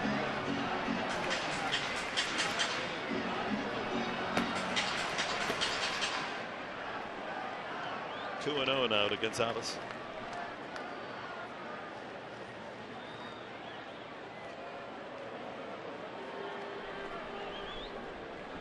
You know, a little lesson here in the bullpen. The lefty always goes on the right here, right, Garces? Why? Look at the release point here, and Campos release point here. If you swap them, right? If you swap those guys, you're going to have both release points here, and it's going to mess up the catchers, right? And maybe the arms of the pitchers. Right. Does that make sense though? Right. Yeah, absolutely. So a little lesson in bullpen etiquette, if you want to call it that.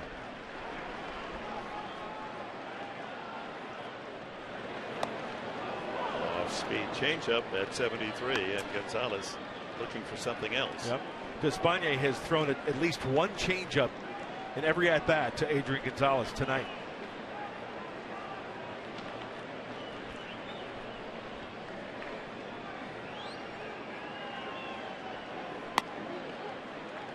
Three and 1.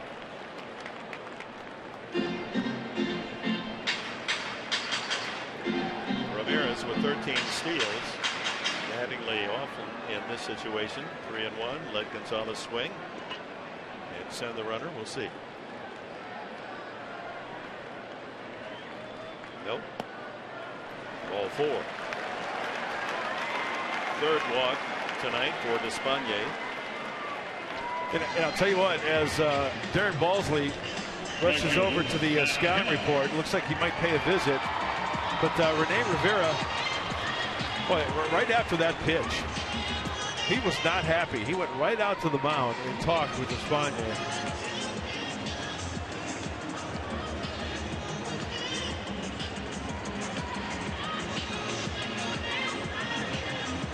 Matt Kemp has popped up. He walked to lead off the 4th inning and came around to score.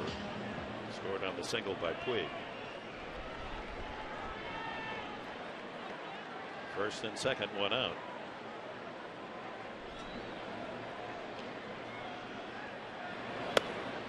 Good pitch. 92 on the fastball.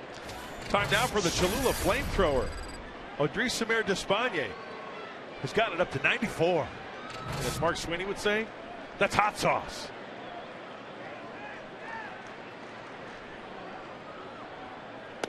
Curveball drops too low. I don't know if they serve fish tacos here at they have to. Dodger Stadium, but I'm sure we could find somebody to track them down for us. Well, they've got Dodger dogs. I'll go for one of those. Line drive by the dive of Solarte. Here comes another run home as Ramirez scores on a double by Kemp. It's 5-1.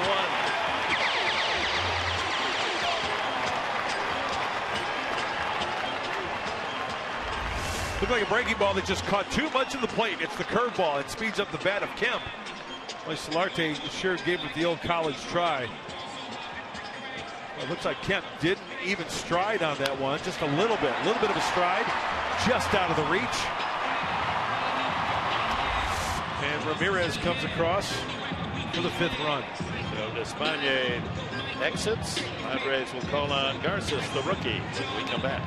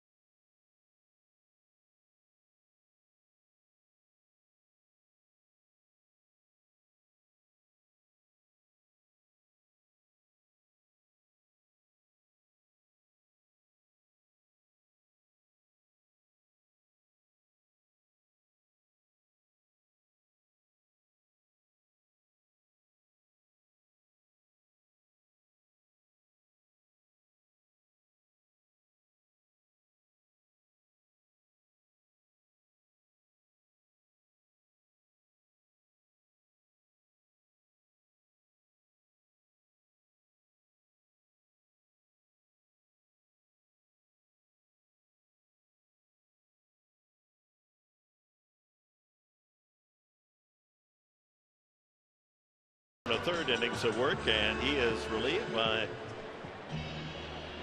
Frank Garces. And this is our pitching change brought to you by Drew Ford. Well, last time out for Frank Garces was in Colorado. He did not record it out. He faced one hitter. He walked that hitter. In fact, check that. It was a hit batsman. So the lefty out to face Carl Crawford.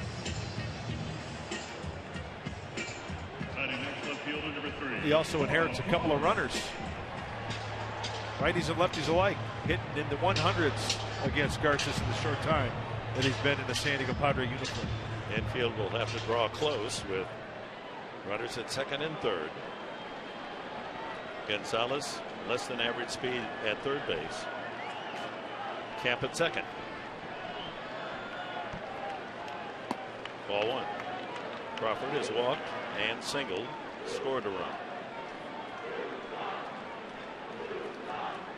It's a potent lineup, to be sure. Second in hitting to Colorado in the National League. Pitching is third behind Washington and San Diego. So they've got the balance of hitting and pitching. Yeah, and you know, it's not really the long ball this year for the Dodgers. They're ranked 12th in home run category in the National League. So they're doing it with doubles. They're doing it with key hits. They're doing it with guys like Adrian Gonzalez, Matt Kemp. Some timely hitting and some good pitching to boot. Swing and a miss. Good curveball from Garces. He kind of comes at you with a funky delivery. Throws across his body a little bit, Frank Garces does.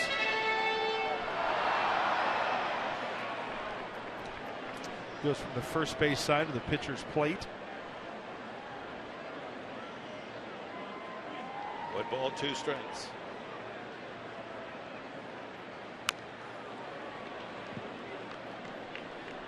Baby faced Garces, huh? Oh. He's 24 years of age. Looks like he's 14, doesn't it? It does. From San Cristobal, DR.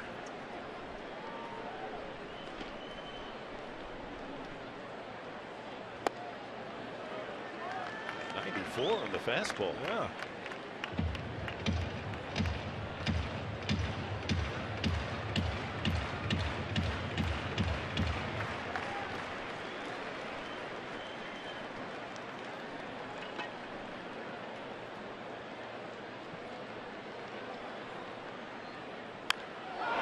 That ball is hit deep to right field. It had the bad sound if you're a Padre fan. Gone.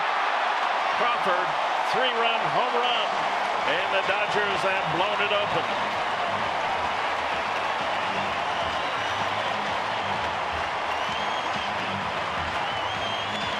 Number 7 for Carl Crawford.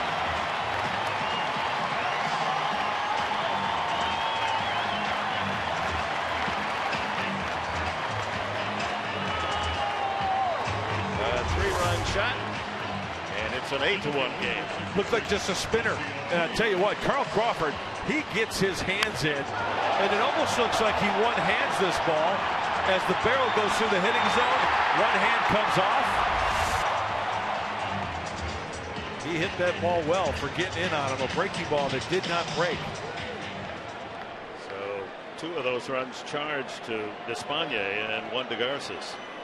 So Despaigne closed the book on him. 4 1/3, 7 runs, 6 earned, 8 hits, 3 walks, 3 strikeouts. Still only 1 out.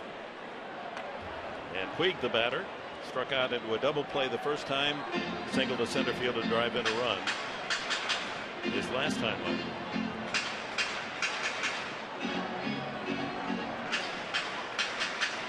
The Padres came in having lost 2 to Arizona, 3 to Colorado, 5 in a row. That matched their longest losing streak of the season, and in deep trouble to make this the worst patch of games the entire year.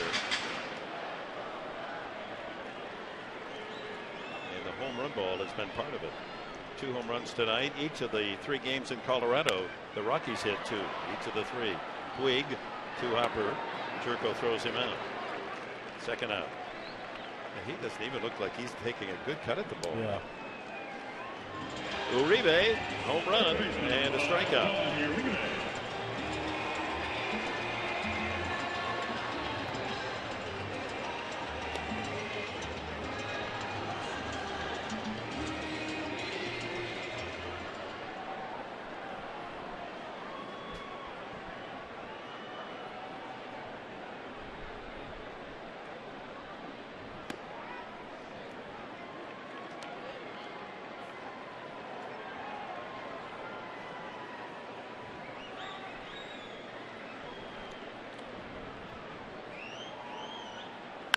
Line drive, base hit. Over to cut it off is Maven. A long single for Uribe. And the 8th man in the inning will come up, A.J. Ellis. Number 17, A.J. Ellis. That ball was hit very sharply.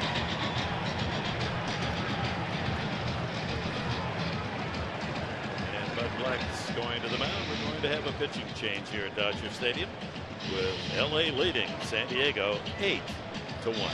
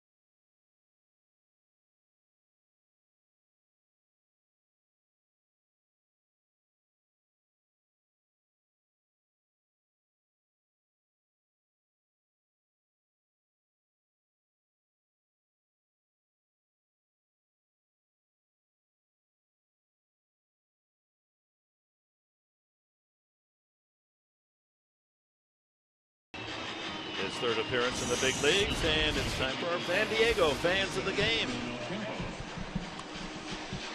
Young man with a Dodger girlfriend. That's the old 1998 warm-up color scheme there, with the orange and white with the blue top, one that Mark Sweeney donned the year they went to the World Series. Ender Campos with 2 out.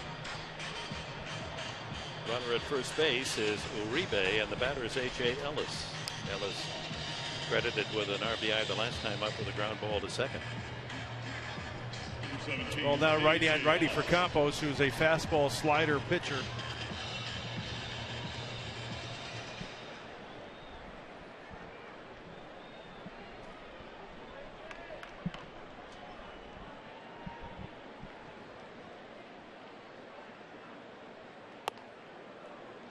.95 fastball from Campos.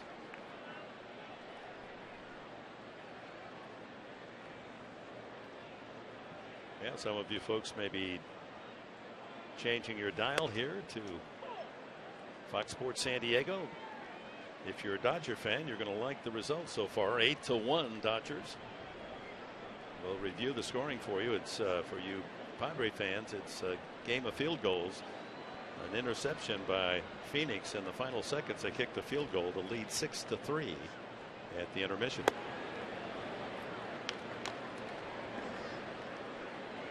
Dodgers behind Clayton Kershaw scored in the first on a couple of singles. Ramirez with the RBI, a home run by Uribe in the second. Padres got one back in the 4th inning. Solarte single, a walk, and an RBI single from Rivera to make it 2-1. But then the roof caved in here at Dodger Stadium on the Padres. 2 runs in the 4th, and 4 runs have scored here in the 5th. 3 of them on a home run by Carl Crawford. 3-1 to the Dodger catcher. Ball 4. 4th walk given up by Padre pitching tonight. Runners at first and second, and Kershaw the hitter, the 9th man to bat in the inning. You know, I think one of the things that the younger pitchers are going to find out at the big league level is, first of all, the strike command of the zone from the hitters. You're not going to swing at a lot of bad pitches. That's why you got to try to pound the zone. If you're Wild, Going to get a lot of walks. Kershaw up twice, has grounded to the shortstop both times. He has a couple of RBIs this year. Ball one. Campos a line fastball. Can he command it? And as we said at the very start of the telecast tonight, these are the young guys that are matriculating into the major leagues here in September. And those that show some passing grades are going to be favored when spring training rolls around next March. Yep. And Peoria. And you know what? If you throw 97, 98 miles an hour, but you can't locate the fastball, guess what? You'll locate a minor league home. That's right. And there are pitchers out there who throw 89, 90 who locate. That's the common denominator, right? The 89, 90 mile an hour guy who dots that fastball whenever, wherever he wants. That's the guy that's going to get some outs at the big league level. This copyrighted telecast is presented by authority of the San Diego Padres and may not be reproduced or retransmitted in any form. The accounts and descriptions of this game may not be disseminated without the express consent of the San Diego Padres. Kershaw, after a visit by Darren Balsley out to Campos. I would guess he'll be looking for a fastball, Kershaw, and he's swinging.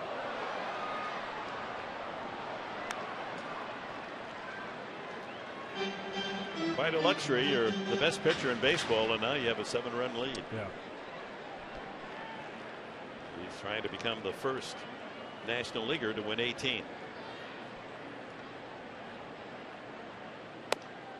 3-1. D. Gordon, the leadoff man, on deck. And when you're the best pitcher in baseball, you can grow your hair as long as you want. You don't have to shave. Do whatever you want. He's still so young, 26. Fouled off the mask of Rivera.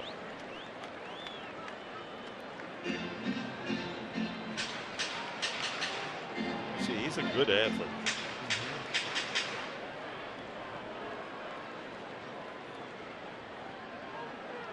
The Dodgers' first three in their rotation, when you think about the upcoming playoffs, they're going to be tough, huh? Yep. Kershaw, Greinke, Ryu. Struck him out.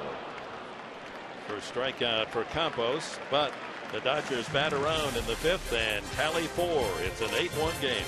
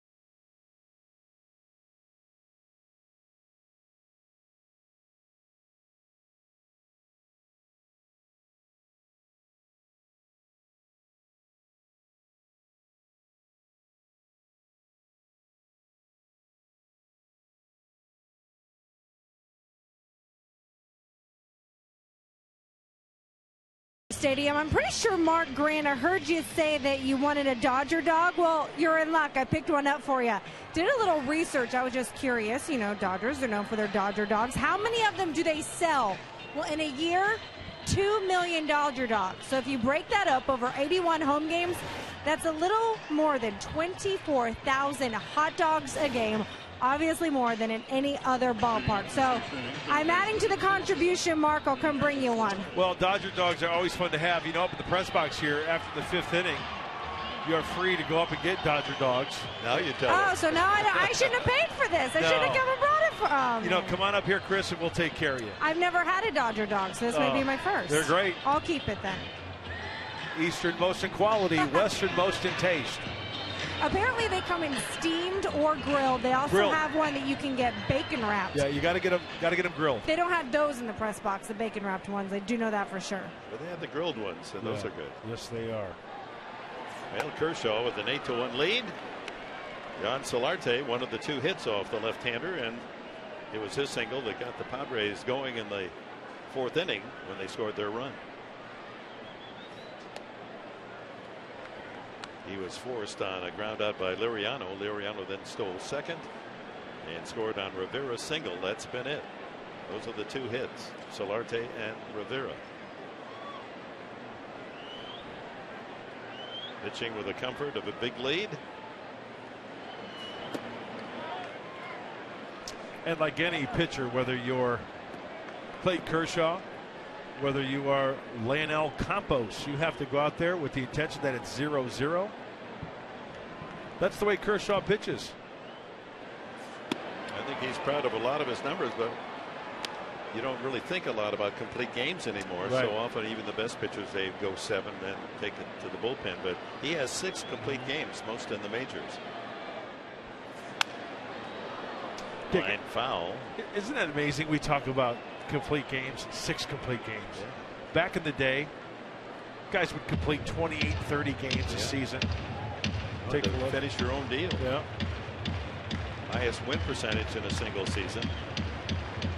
Kershaw behind left-hander Preacher Rowe. 50s, Earl Hershiser. And Kershaw looking for 18-3 tonight.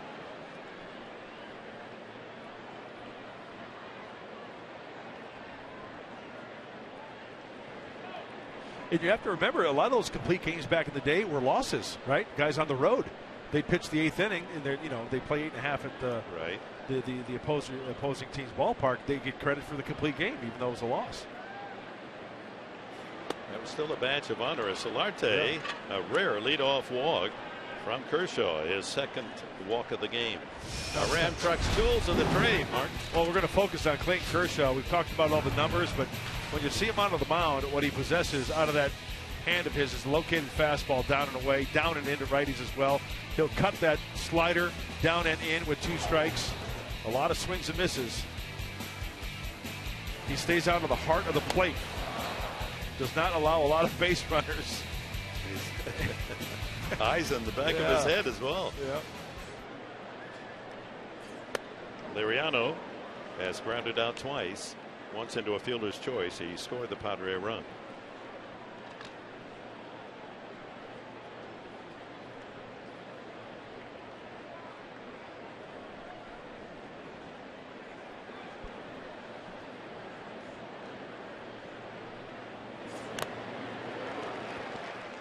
One and one. 95.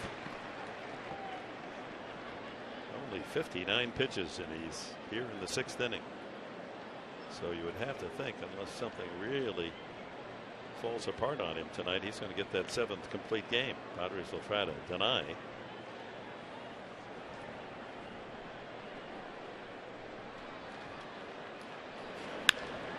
Right field, that's going to be a base hit.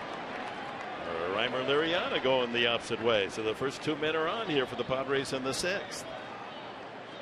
Batting next, second baseman, number 9. Bring up Jed Jerko. He is grounded out and walked. Jerko. I think it was a great plan right there by Liriano. It's a high breaking ball. That's not where he wanted it. He wanted it down and in. But Liriano with the high leg kick.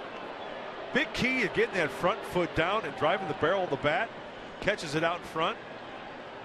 Picture a perfect swing right there, generating that power up to the arms and the barrel of the bat, going the other way.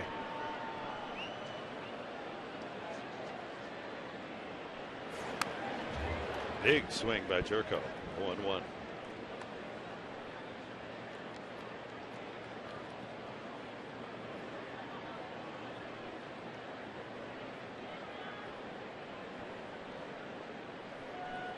Got his nose over the Mendoza line at 201 at the moment.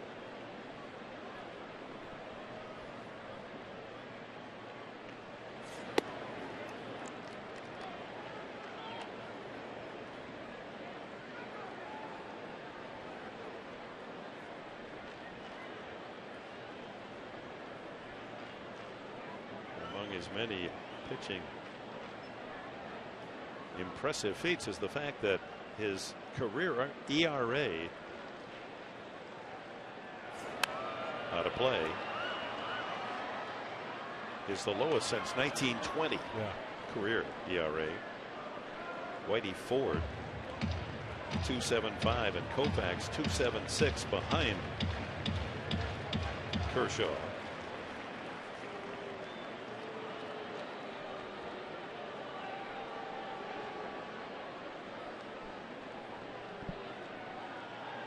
.249 his ERA lifetime. That'll be a strike 3. 5 strikeouts. That was the big curveball, called the 6 curveball on. Watch him get up on top, and look at that rotation. 12-6. Remember, you got to worry about that slider. You have to worry about that fastball, and he drops the deuce right there on Jed Jerko for the strikeout. So that's the first out here in the 6th, and here's Rivera, struck out and singled in the Padre run.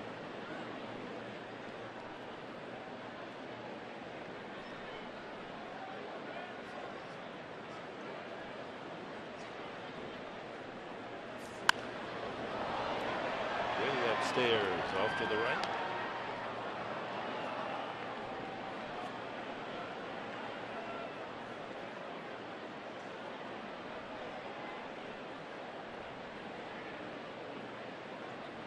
Padres made it tough on Kershaw. His other 2 starts against them this year, he prevailed 2-1 and again 2-1 final scores, but he has the 8-1 lead tonight here in the 6th.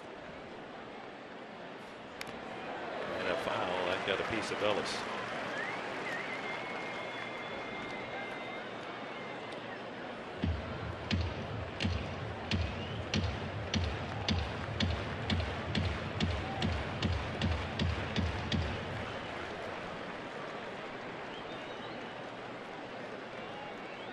Solarte at second, Liriano at first, and the 2-strike pitch coming up.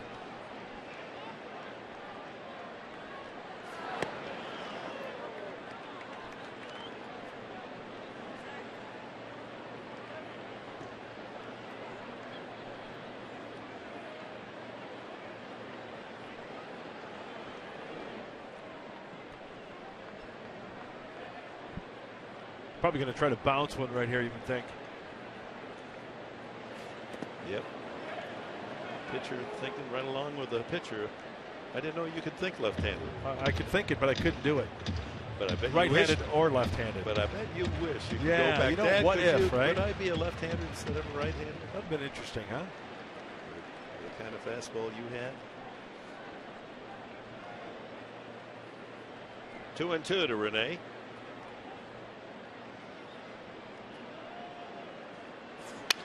Broken bat, shallow in center. Will that drop? No. Puig able to run it down, then he throws it away. And going to second base and into center field it goes. The Padres might get a run. Here's Puig thrown to the plate. It's offline. What's going on here? A little league game is broken out. The Padres are going to try to score here, and they do. A little league home run for Rene Rivera. Oh my. And the Padres out of that mess get 3 runs. It's 8-4.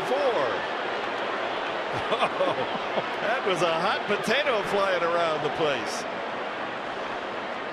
My goodness. You hit the nail on the head.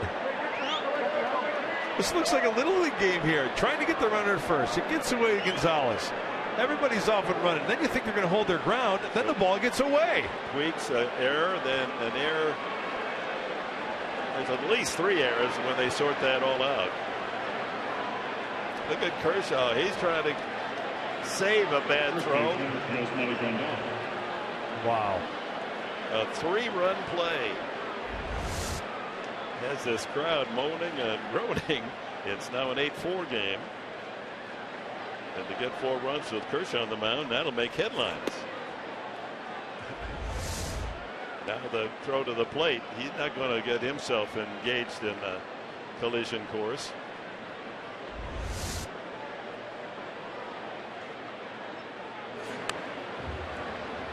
Foul back by Jerko. Well, we're waiting for the official score to sort out the errors.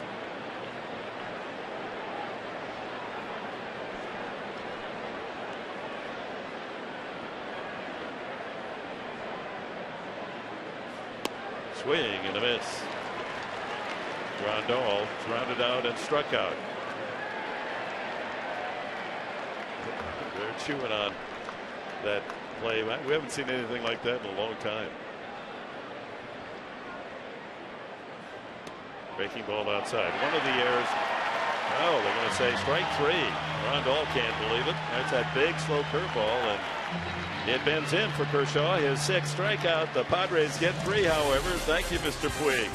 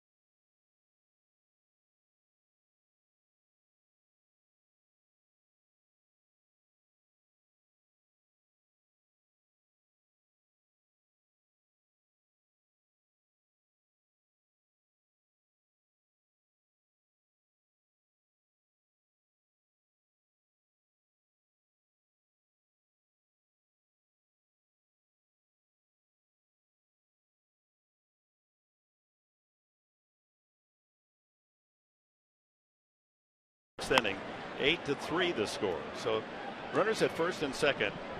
Rivera's fly ball caught by Puig, trying to throw back to first base. He commits the error there, backed up by the catcher, who threw Wild Ellis into left center field, and then the ball was picked up by Ramirez, and his throw to the plate was wild. So 3 errors on the play, so both runs are unearned. 2-run score on only 1 hit. So the box would read 2 runs on 1 hit, 3 errors, and no one left, and it's now 8-3.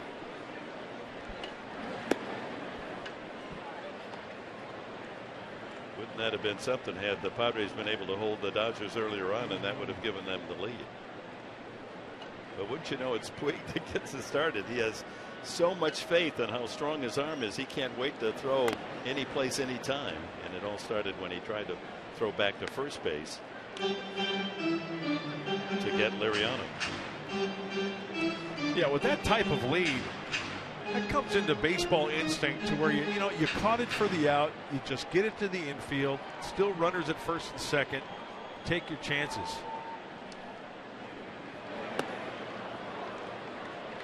And Gordon takes a walk. Campos has his 2nd strikeout. Shortstop number Here's 13. Ramirez. The Padres haven't been able to get him out tonight. 3 for 3. Has knocked in a run and scored a run.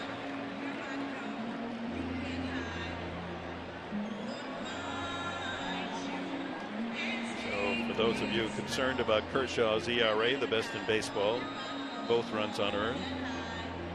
The one scored in the 4th inning on a single walk and an RBI single by Rivera does count as an earned run.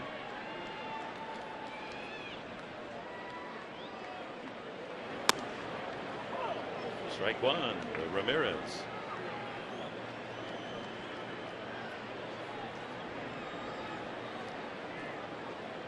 Campos, the 3rd pitcher used by Bud Black. Despaigne went 4 1/3, gave up 7 runs, 6 earned. Garces 1/3 of an inning, a home run, 1 run, a couple of hits. Campos has walked 1 and struck out 2 since he came in.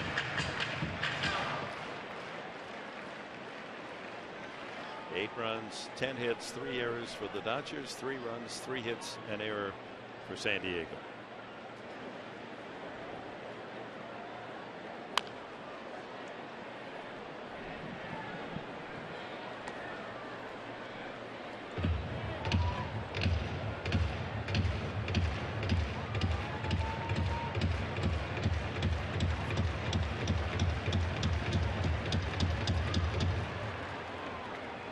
Have really cleaned up on the NL West opponents. That's where they've done their best work and really build up their lead atop the division.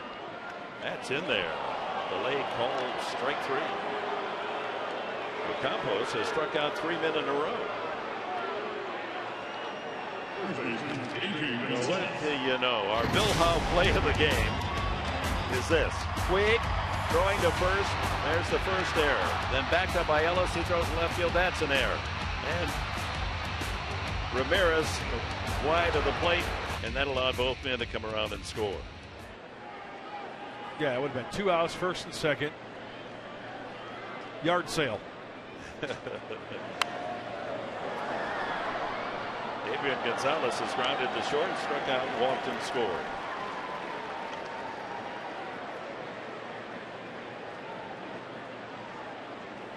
Can only rein him in so much. He has such immense talent, and he's frustrated mattingly, but boy, he also has brought a lot of thrills to these Dodger fans. Dick, no question about it. And you know what? I'd rather have a guy like that than a guy who you got to try to pump up. You know what I'm saying? Yeah. You can always coach a guy down, but trying to coach a guy up, he's got enthusiasm, he's got talent. Line drive, fair ball, just out of the reach of Grandal. Karam's out to the right fielder Liriano, and Gonzalez in with a double.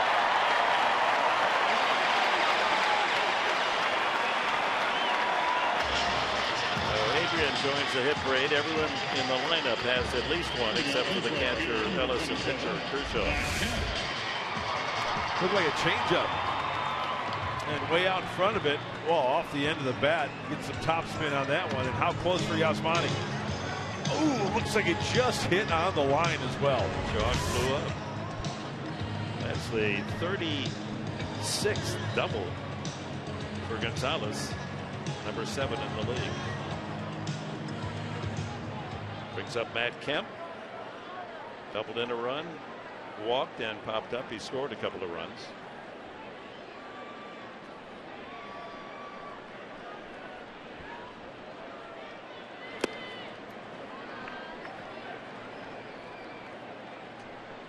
Eight 8-3 Dodgers, 2 outs here in the 6th.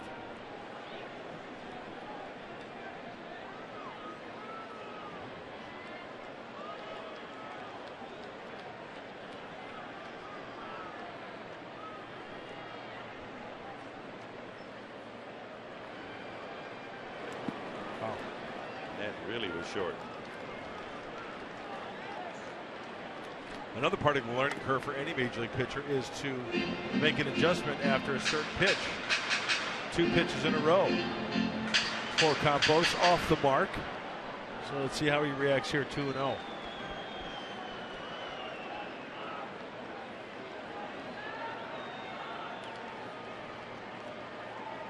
Kemp's got to be looking fastball here, doesn't he? And fastball it is, but misses the plate.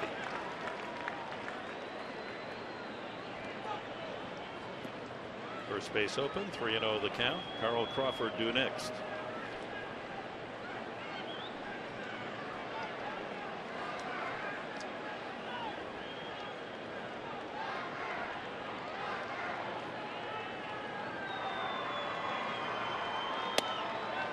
On the outside corner. Corner of Hollywood and Vine. He got a call right there.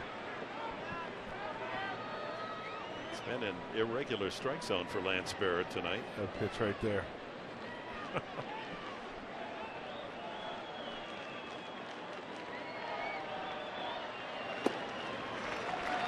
And he walked it. So 2 on with 2 out. Second walk from Campos. And here's Crawford.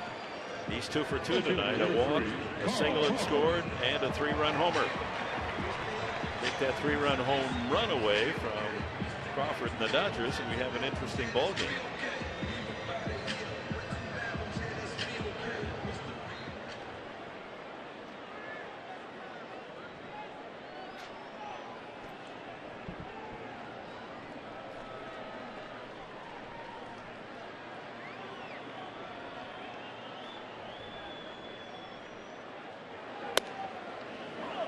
That's a good fastball strike to start the sequence. Darren Balsley on the horn, the Padre bullpen. Some activity. Somebody peeling off a jacket out there. Pitcher spot due up 4th next half inning for San Diego.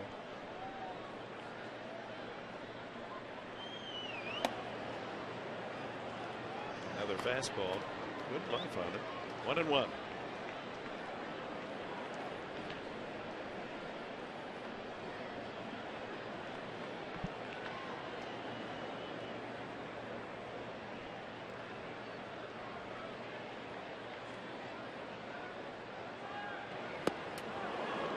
Changed up on him with a breaking ball.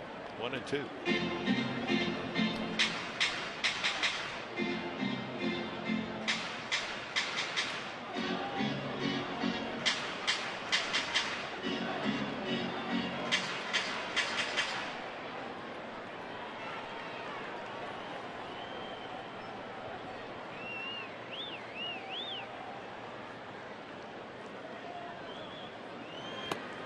Got him.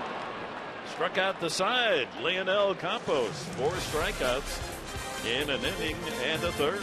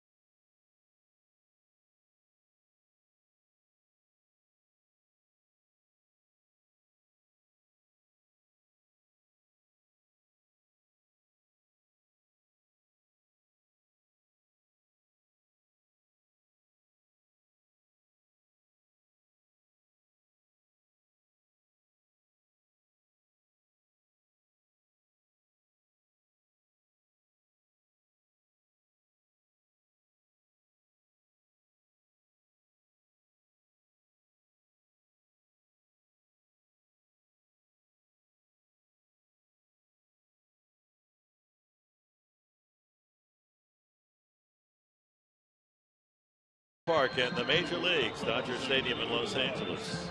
Still grand dame here on the West Coast. Around the majors tonight, Torrey Hunter, 3 hits, a double, RBI, a couple of runs. The Tigers beat the Royals 9-5. That's quite a chase in the American League Central. Albert Pujols, he's really having a great year, isn't he? A home run, 3 RBIs. The Angels beat the Indians 12-3. Giancarlo Stanton, his 37th dinger of the season. Marlins beat, oh my, the Brewers go down again. Yeah, Tigers still in the thick of things in the wild card, the American League, a half a game out going into today. The Angels making a move, and hey, Miami 4+ from the wild card. Medica, that foul back toward us and out of play. Medica, Maben, and Amarista against Kershaw here in the top of the 7th. Medica has grounded to short and popped to first.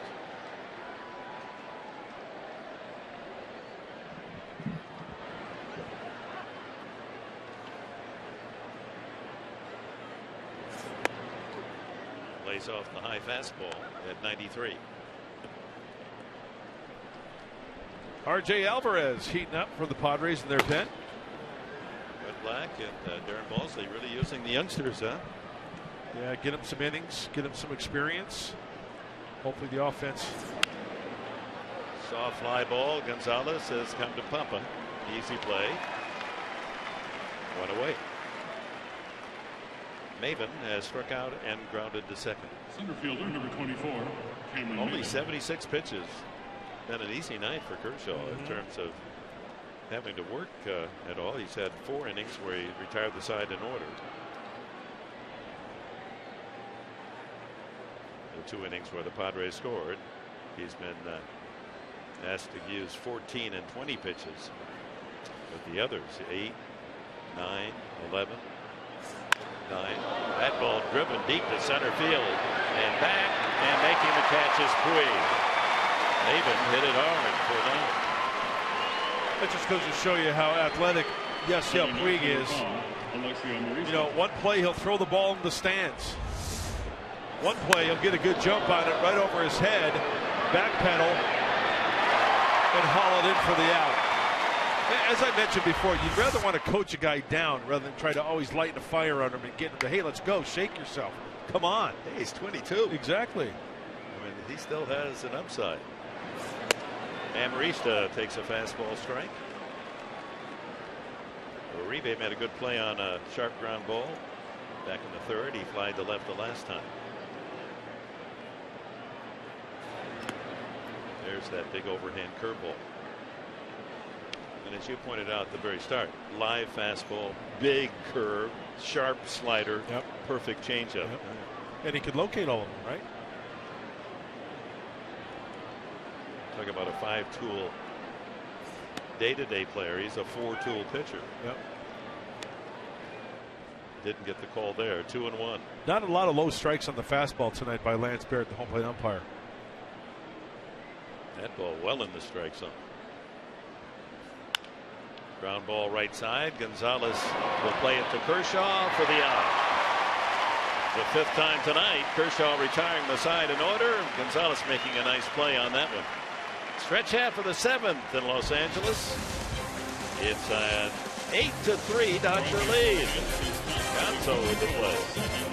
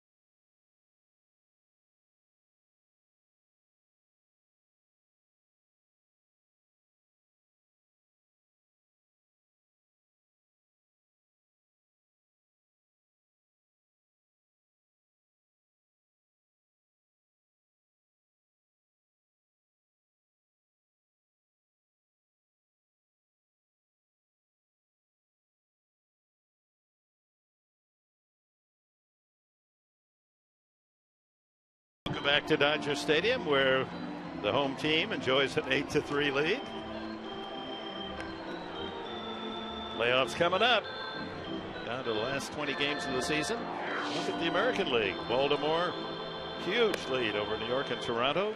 Kansas City and Detroit have been trading the top spot throughout the summer. And the Angels with a big lead over Oakland. Wild card, Oakland has the best advantage. Seattle and Detroit in a virtual tie for the second wild card spot, with Cleveland lurking. And the Yankees still are alive. Oh, it's a dogfight. It's going to go down the last week of the season. And remember, the NLDS on Fox Sports 1. I get so excited talking about it. I can't even get it out. On Fox Sports 1.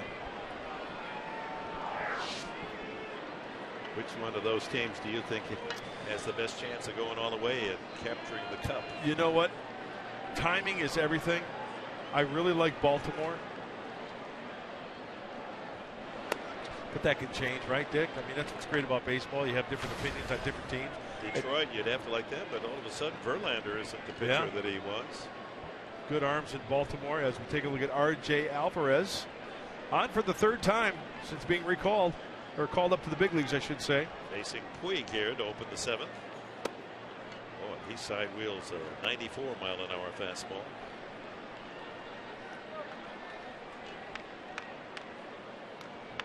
Part of the trade that sent Houston Street to the Angels. Alvarez coming over to the Padres. Puig has an RBI single and 3 at-bats. 3-0. Campos did a good job, didn't he? Inning in a third, struck out 4 men. 1 hit, no runs. Yeah, he did not allow the walks to hurt him. Those 2 walks that he issued.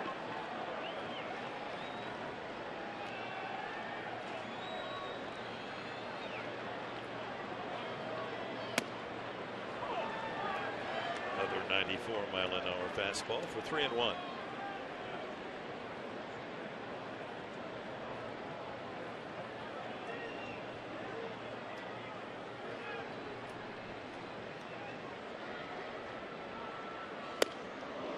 Ball 4. Leadoff man on again for the Dodgers.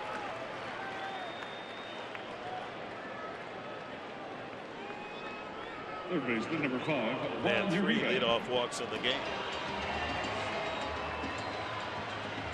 Uribe, a home run to right field. That was back in the second inning. Number 8 on the season for Juan. He struck out and singled to right.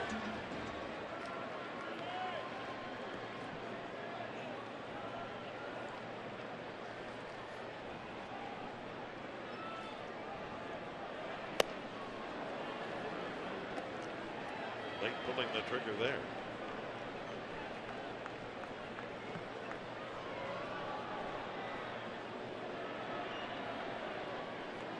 Dodgers 1 in the first, 1 in the second, 2 in the fourth, 4 in the fifth. Padres 1 in the fourth and 2 unearned in the sixth.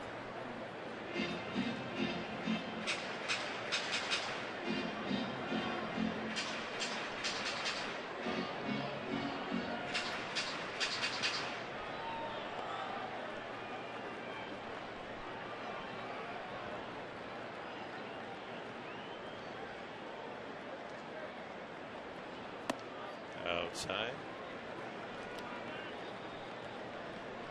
A significant day in baseball history. There's Mark McGwire on this date in 1998. He hit that 62nd home run to pass Roger Maris against the Cubs' Steve Trashel. Now the batting coach for the Dodgers. High hopper foul. He's a member of the Cardinals when he hit that 62nd home run. And he and Sosa were having that home run battle. Since tainted, as we've learned. Strong man. Pitcher in his college days at USC. Yes. Another big time pitcher at USC that went on to swing the hot bat was Dave Kingman. That's popped back out of play. Remember Dave Kingman, right? Oh, yeah. Pitched at USC and then went on to hit a lot of home runs in his big league career. Now lives in Lake Tahoe. You ever run into him? I do. Yeah, we get together every now and then. He and Tommy Lasorda, subject to one of the great pieces of post-game interviews. Yeah.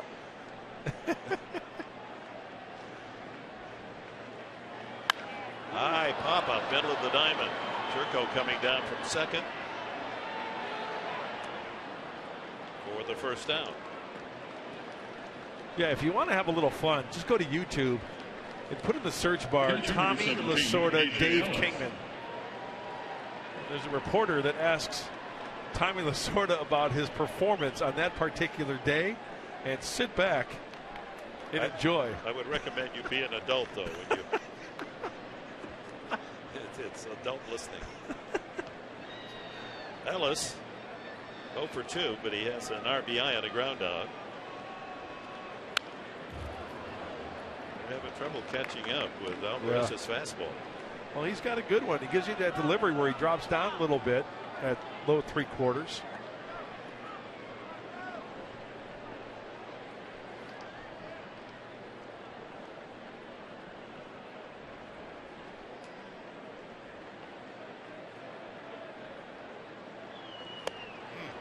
Tied him up with that one. 0-2.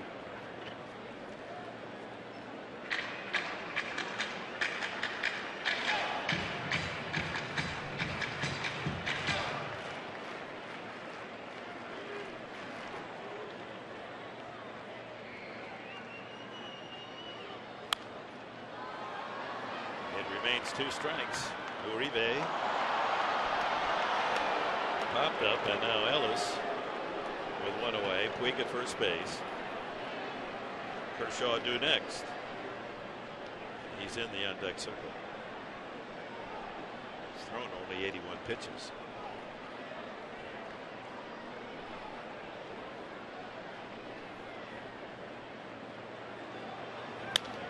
High ball to center, not hit that far, and Maven eases in under it for the second out.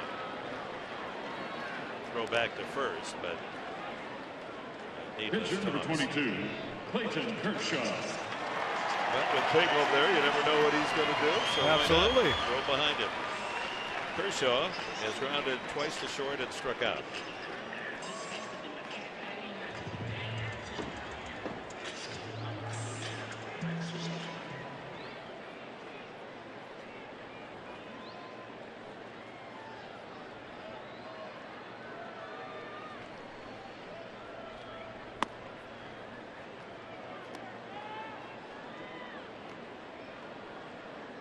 Dodgers 8 runs, 11 hits, 7 of the 8 earned.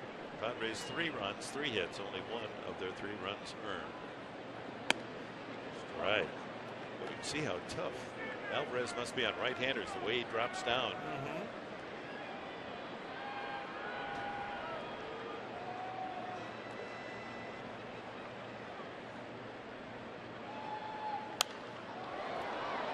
That's fouled, and 1-2 the count.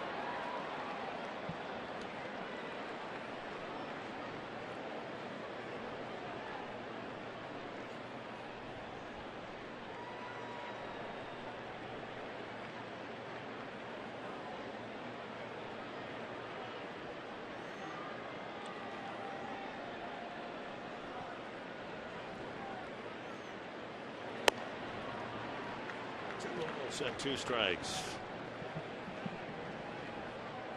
Last of the 7th here at Dodger Stadium. It's the first of a 3-game series. Tomorrow night, 6:30. It'll be Andrew Kastner on the hill for the Padres, seeking his 3rd win of the year against Roberto Hernandez. He's 2-2 for the Dodgers. Sharply hit, but to Amarista. They'll get the force at second. And that's it for the Dodgers in the 7th. We go on to the 8th. It's 8-3.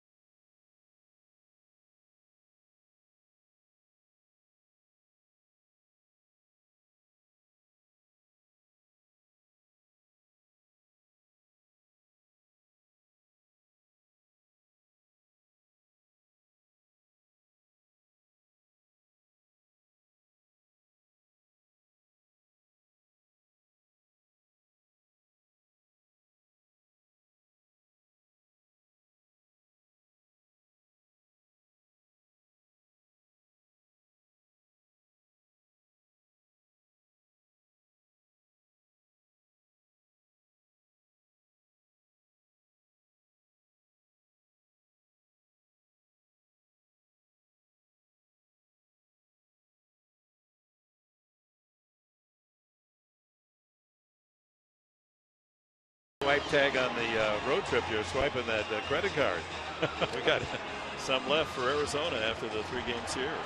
Well, the Padres need to start swiping and swatting those bats.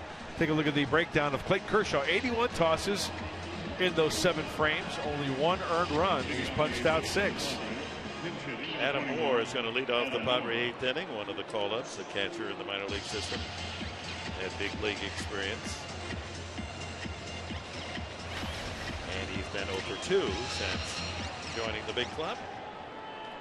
He'll bat for pitcher Alvarez, and then it'll be Solarte and Liriano, top of the 8th inning.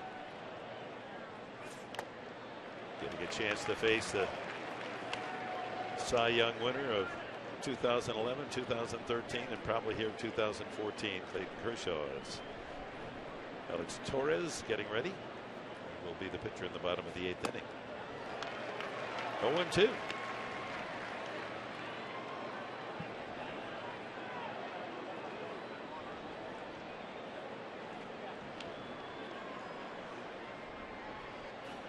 And he gets 3 pitches. Moore takes the long walk. 7 strikeouts for Kershaw.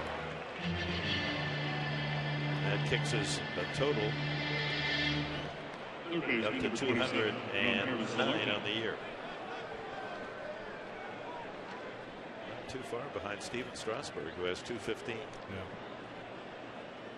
You know, it really puts it in perspective, Dick, doesn't it, when the single season record is 383. Ground ball to third, and it's a fair ball. Uribe, the long throw gets Solarte. Uribe is for his body size. Yeah.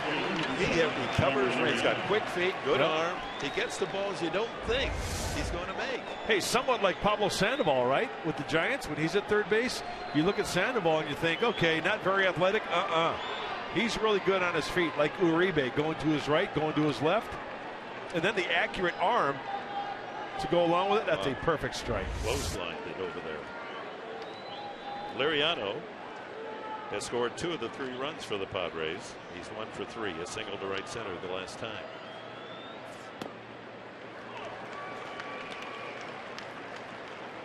Two outs now, bases empty in the 8th. I think there's a little question about what Kershaw is going to try to log the complete game.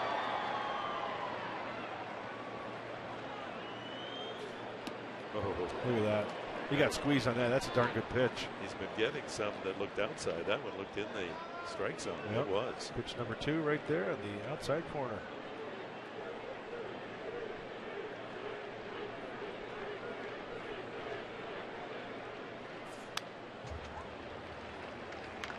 Went after a pitch out of the strike zone. 1-2.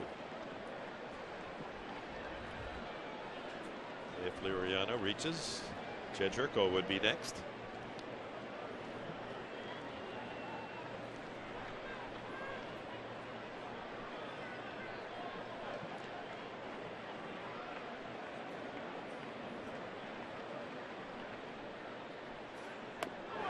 That one is in there. Strike 3, number 8. Another 1-2-3 inning, the 6th of the night for Clayton Kershaw. You get a bat. You try to hit this one. Kershaw with a big curve strike.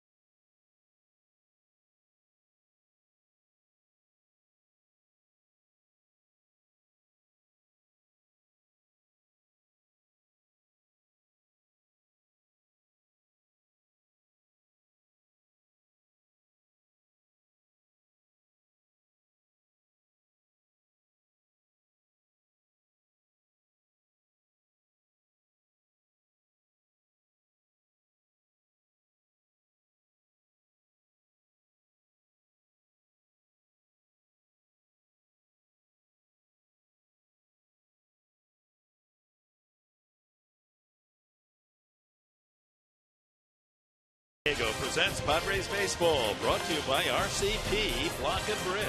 Start your outdoor project at rcpblock.com. By Petco, the power of together. And by your San Diego Lexus dealer. Warm, humid night in Los Angeles as we go to the bottom of the 8th inning at Dodger Stadium. First place Dodgers trying to make it 20 games above 500 with their 82nd win of the season and give Clayton Kershaw his 18th win, the first National Leaguer with 18. Talking with Don Mattingly undoubtedly about the 9th inning. Yeah, I think obviously Clayton's trying to lobby to go back out there. Don Mattingly's thinking, you know what? We've got the 8-3 lead. We can give some work to the guys in the bullpen. It could be about, hey, I had a great steak last night at this place. You got to check it out. I don't think that's the case. But, Clayton, like any pitcher that goes out there and starts the game, your main objective is to get the win. But if you can go the distance, you can go the distance. As Alex Torres now comes in for his 65th game. And Brandon League is warming up in the bullpen for the Dodgers. Top of the order, Lee Gordon, Hanley Ramirez, and Adrian Gonzalez. Couple of left-handed bats, so Torres comes in. Pedro Baez also throwing in the Dodger pen. It's getting to that part of the season too, Dick. Punch to short, and Marista better hurry and throws it away. And it goes into the dugout. Gordon goes to second base. He threw low and skipped away from Grandal. Padres' second error of the night.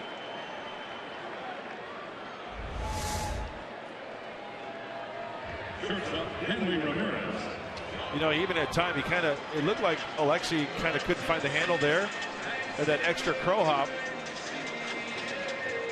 And he still had plenty of time to gather himself, throwing on the run for the E6. But it's getting to that point in the season where,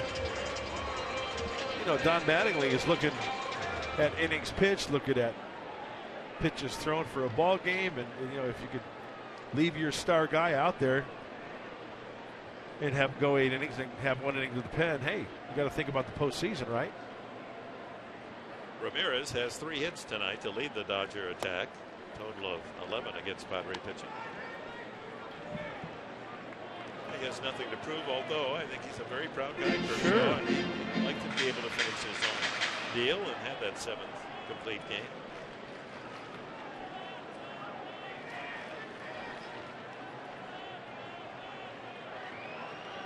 Gordon out at second on the 2-base error.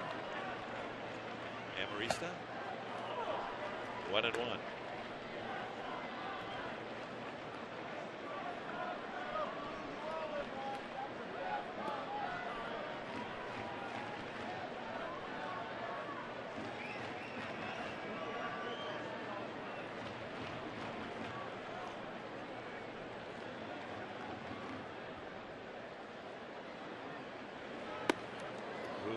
Away. That's not what we just saw Rene Rivera do. That's not an easy play for a catcher.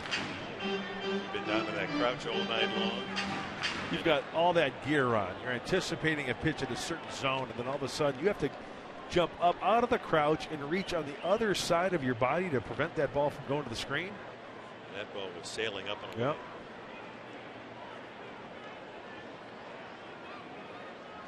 Gordon with his lead at second. Fly ball to right. And it's going to fall. Gordon rounds third, and here he comes for the score as Ramirez has his 4th hit. 9-3 Dodgers. Didn't hit it very hard. That was the case the first hit when he drove in a run in the first inning, but he's able to drop it in front of Liriano. A 4-hit night for Hanley Ramirez. First baseman number 23, Adrian Gonzalez. 64th and 65th runs batted in for Ramirez. It was a changeup. Boy, it was down, if taken, a ball. But Ramirez just gets the head of the bat on it, and it's a dying quail out there down the right field line. 4 singles and 5 at bats for Hanley Ramirez. 2 of them driving in runs. Gonzalez takes again. Rivera jack in the box to get up and catch that one.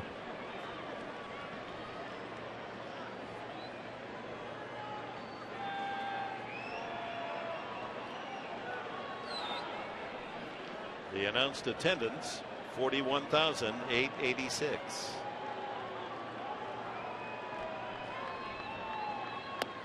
That includes fans who bought a ticket, season ticket holders who did not arrive tonight. Probably about 33,000 here in the ballpark at the start, but we'll expect the full house tomorrow night. Babe Ruth bobblehead. They're lining up already. I wonder if they're going to ground ball foul. I wonder if they're going to put Babe in a Dodger uniform.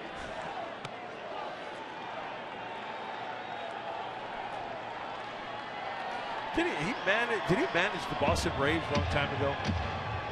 We're watching. He finished his career with the Braves. Yeah.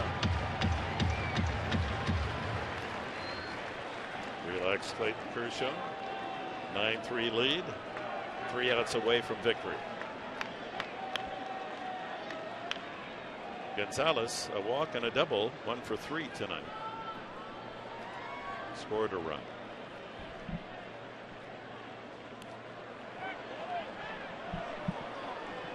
Two balls, 2 strikes. So Gordon, that'll be an unheard run.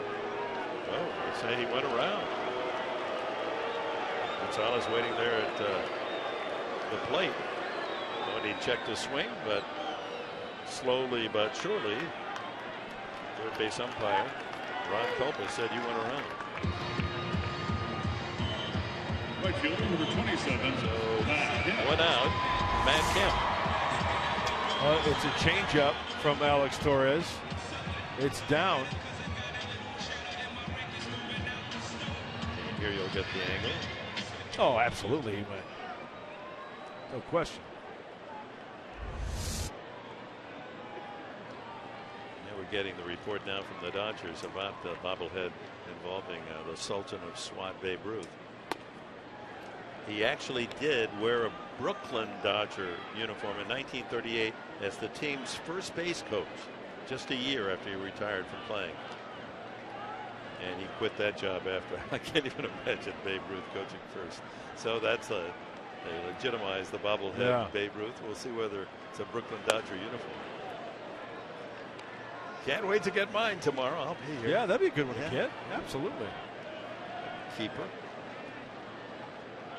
The one I really want is the Mark Sweeney bobblehead down. We're all waiting for that.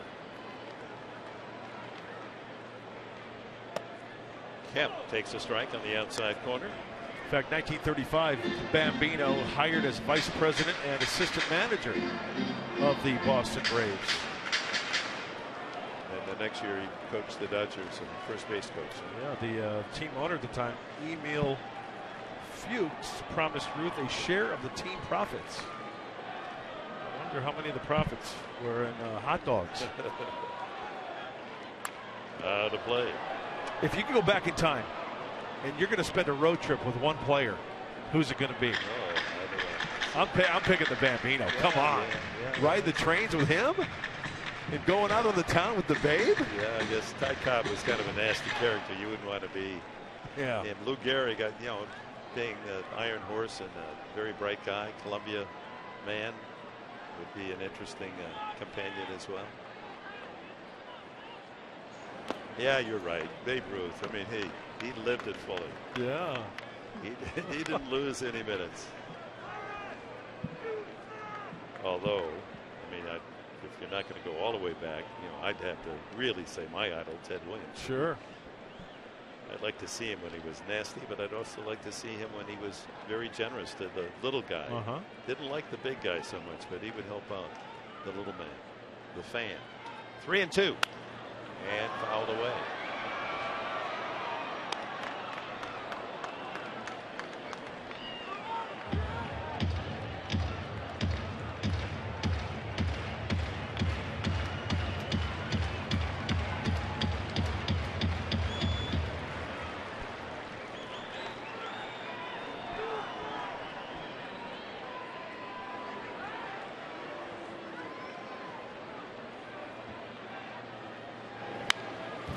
another foul. And be sure to stay tuned after this one. Padres Live, the postgame show with Mike Pomerantz and Mark Sweeney, breaking it all down. They're going to talk about swipe tags. You see first baseman on a pickoff, a swipe tag. Second base on a stolen base, swipe tag from the infielder. Mark Sweeney will show you the big league way to do just that. And the advantage, of course, that a left-handed throwing first baseman has in that swipe tag. And of course, Gonzalez does it as well as any.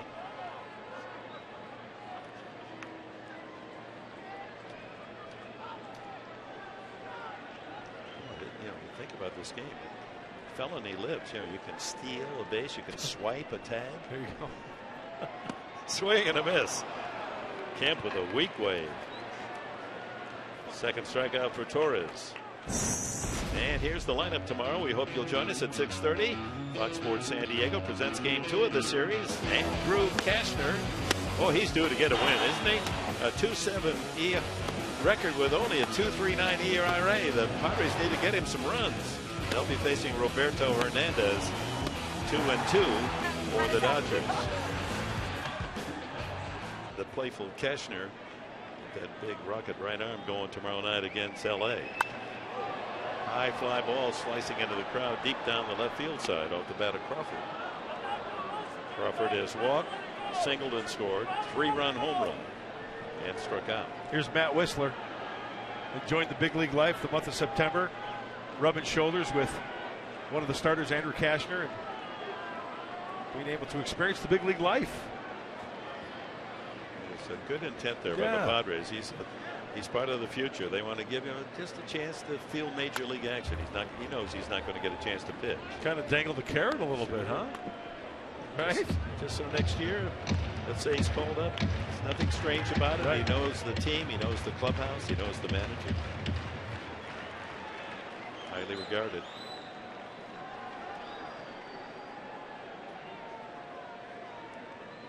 Two strikes to Crawford.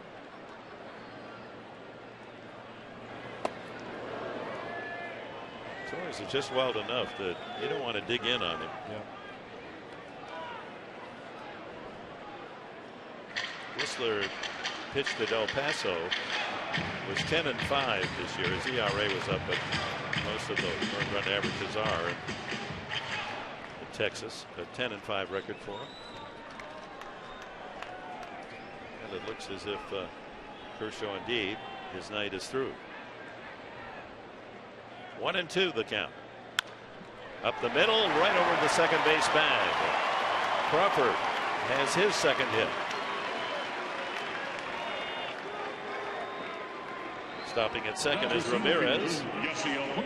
2 on, 2 out for Yasiel Puig. Has an RBI single and a walk, 1 for 3. Trying to locate the four-seam fastball here. The pitch is down and just plain pepper up the center of the diamond. Right. Dodger hitters have been handling that low ball really well all night long. So first and second as Ramirez moves up 90 feet on the base hit by Crawford.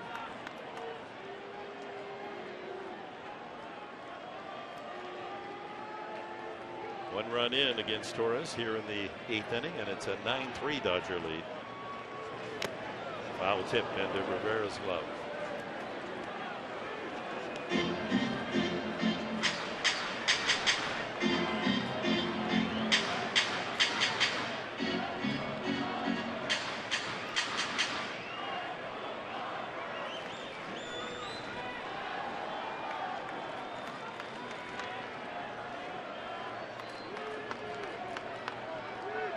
Outs away from his 18th win. Clayton Kershaw watching the action.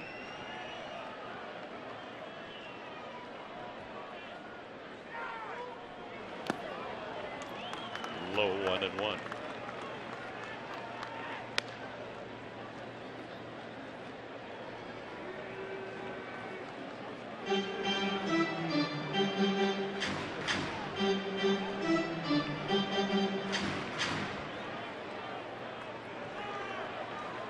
Ramirez at second, Crawford at first. 1-1 coming up to Puig.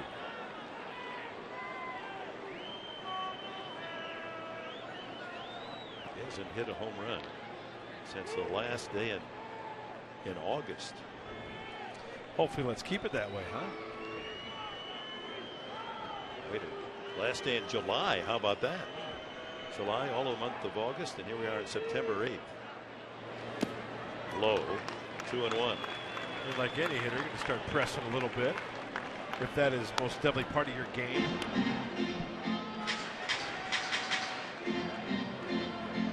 He has 13 home runs on the year, but all of them before the 1st of August. Rubbing a wrinkle in there, maybe a good strike, Torres. 2 on, 2 out, a run home here in the 8th.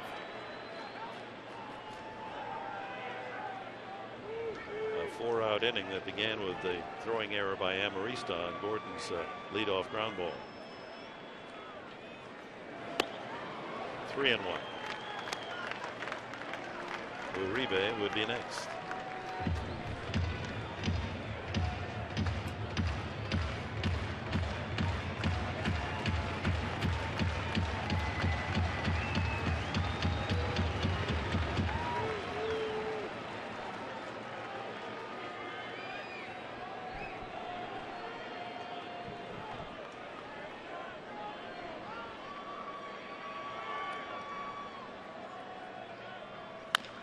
Ground ball to short. Amarista playing deep in the hole. Throws out Puig. And the Dodgers will settle for one unearned run in the 8th. On to the 9th. 9-3 for the home side.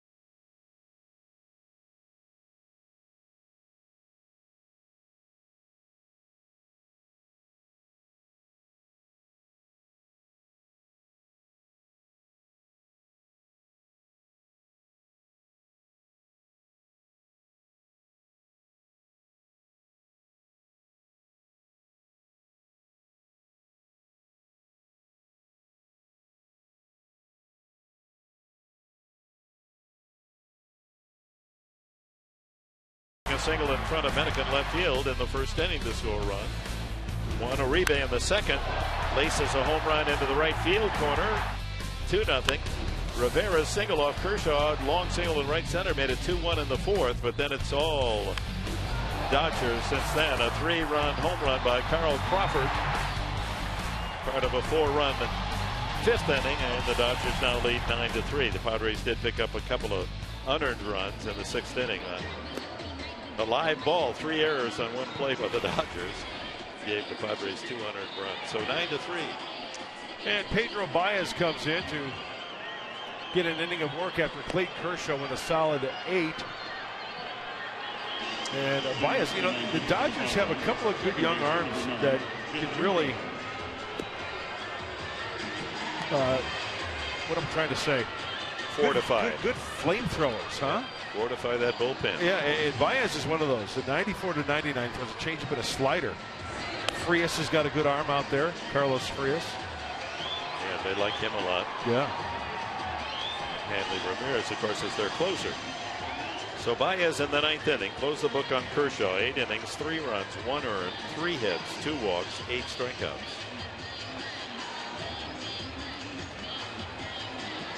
Jet Churko, a walk, strikeout, and a ground ball to third. Rivera and Grandal scheduled to follow. The 3 hits for the Padres: Solarte a single, Liriano a single, And Rivera an RBI single.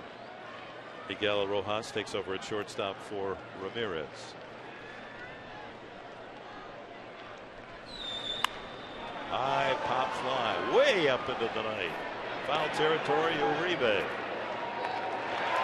1 away.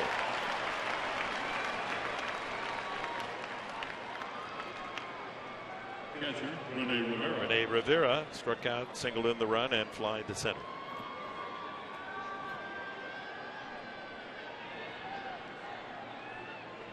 So 2 outs to go, and Kershaw will be the first National League pitcher to claim an 18th win.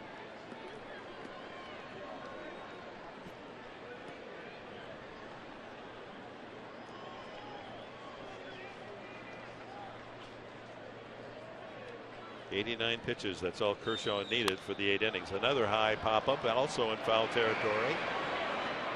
And that one's going to make it into the crowd about 4 rows back.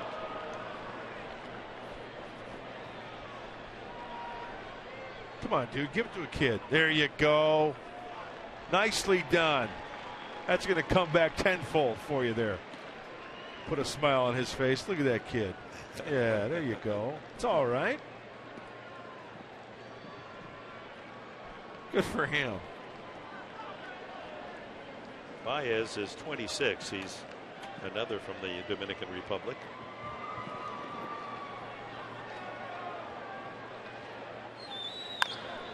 That one's going to be fouled back deep into the right field corner. 2 strikes on Rivera. Baez, one of those strong-armed infielders that hit just okay in the minors. 6 years with the Dodgers. He had such a live arm. They said, let's put him on the mound, see what happens. The results have been good. This is only the 2nd year as a professional, as a pitcher. And he strikes out Rivera on a 95-mile-an-hour high fastball. That's gas coming right at you. And with a 9-3 lead, why not? Rear back. First baseman, number 8, Yasmani Grandal. 4-seamer up the ladder. Yasmani Grandal has grounded out, struck out twice. That's left-handed for the first time.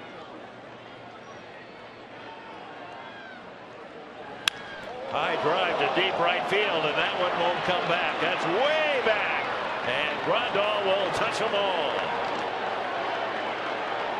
Number 12 for Grandal, all from the left side.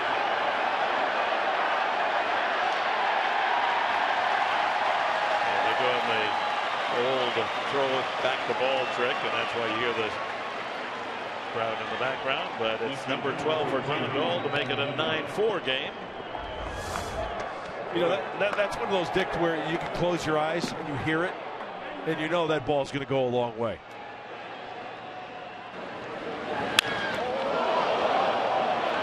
That was Ruthian, high and long. Middle of the bleachers and right.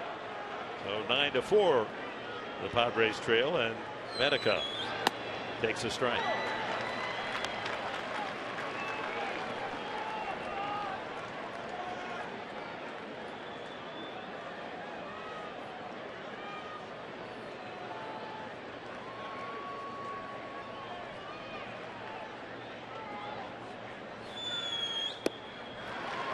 Padres down to their final strike.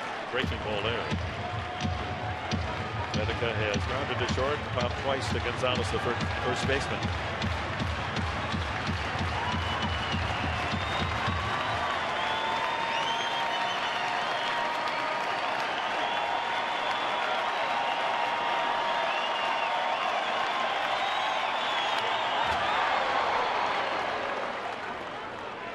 Left of this crowd of 41,886 and on their feet. 2 strikes on Medica, 2 outs in the 9th.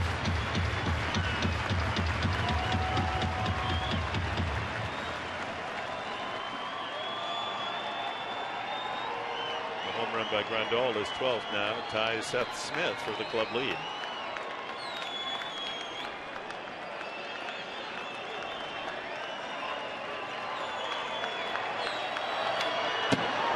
Foul back.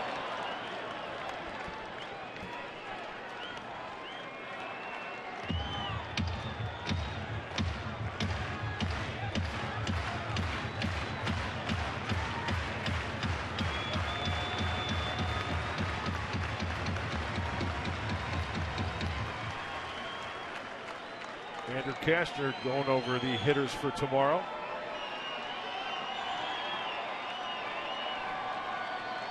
Baez to Medica. 2 strikes the count. 3 in a row fouled back.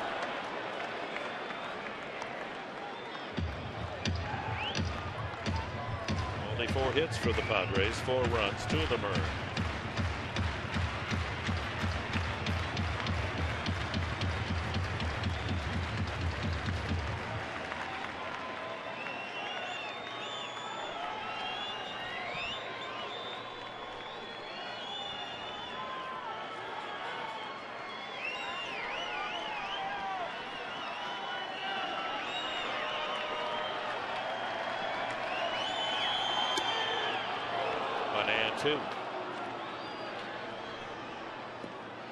With the Giants idle, a win for the Dodgers will extend their lead to 3.5 atop the NL West.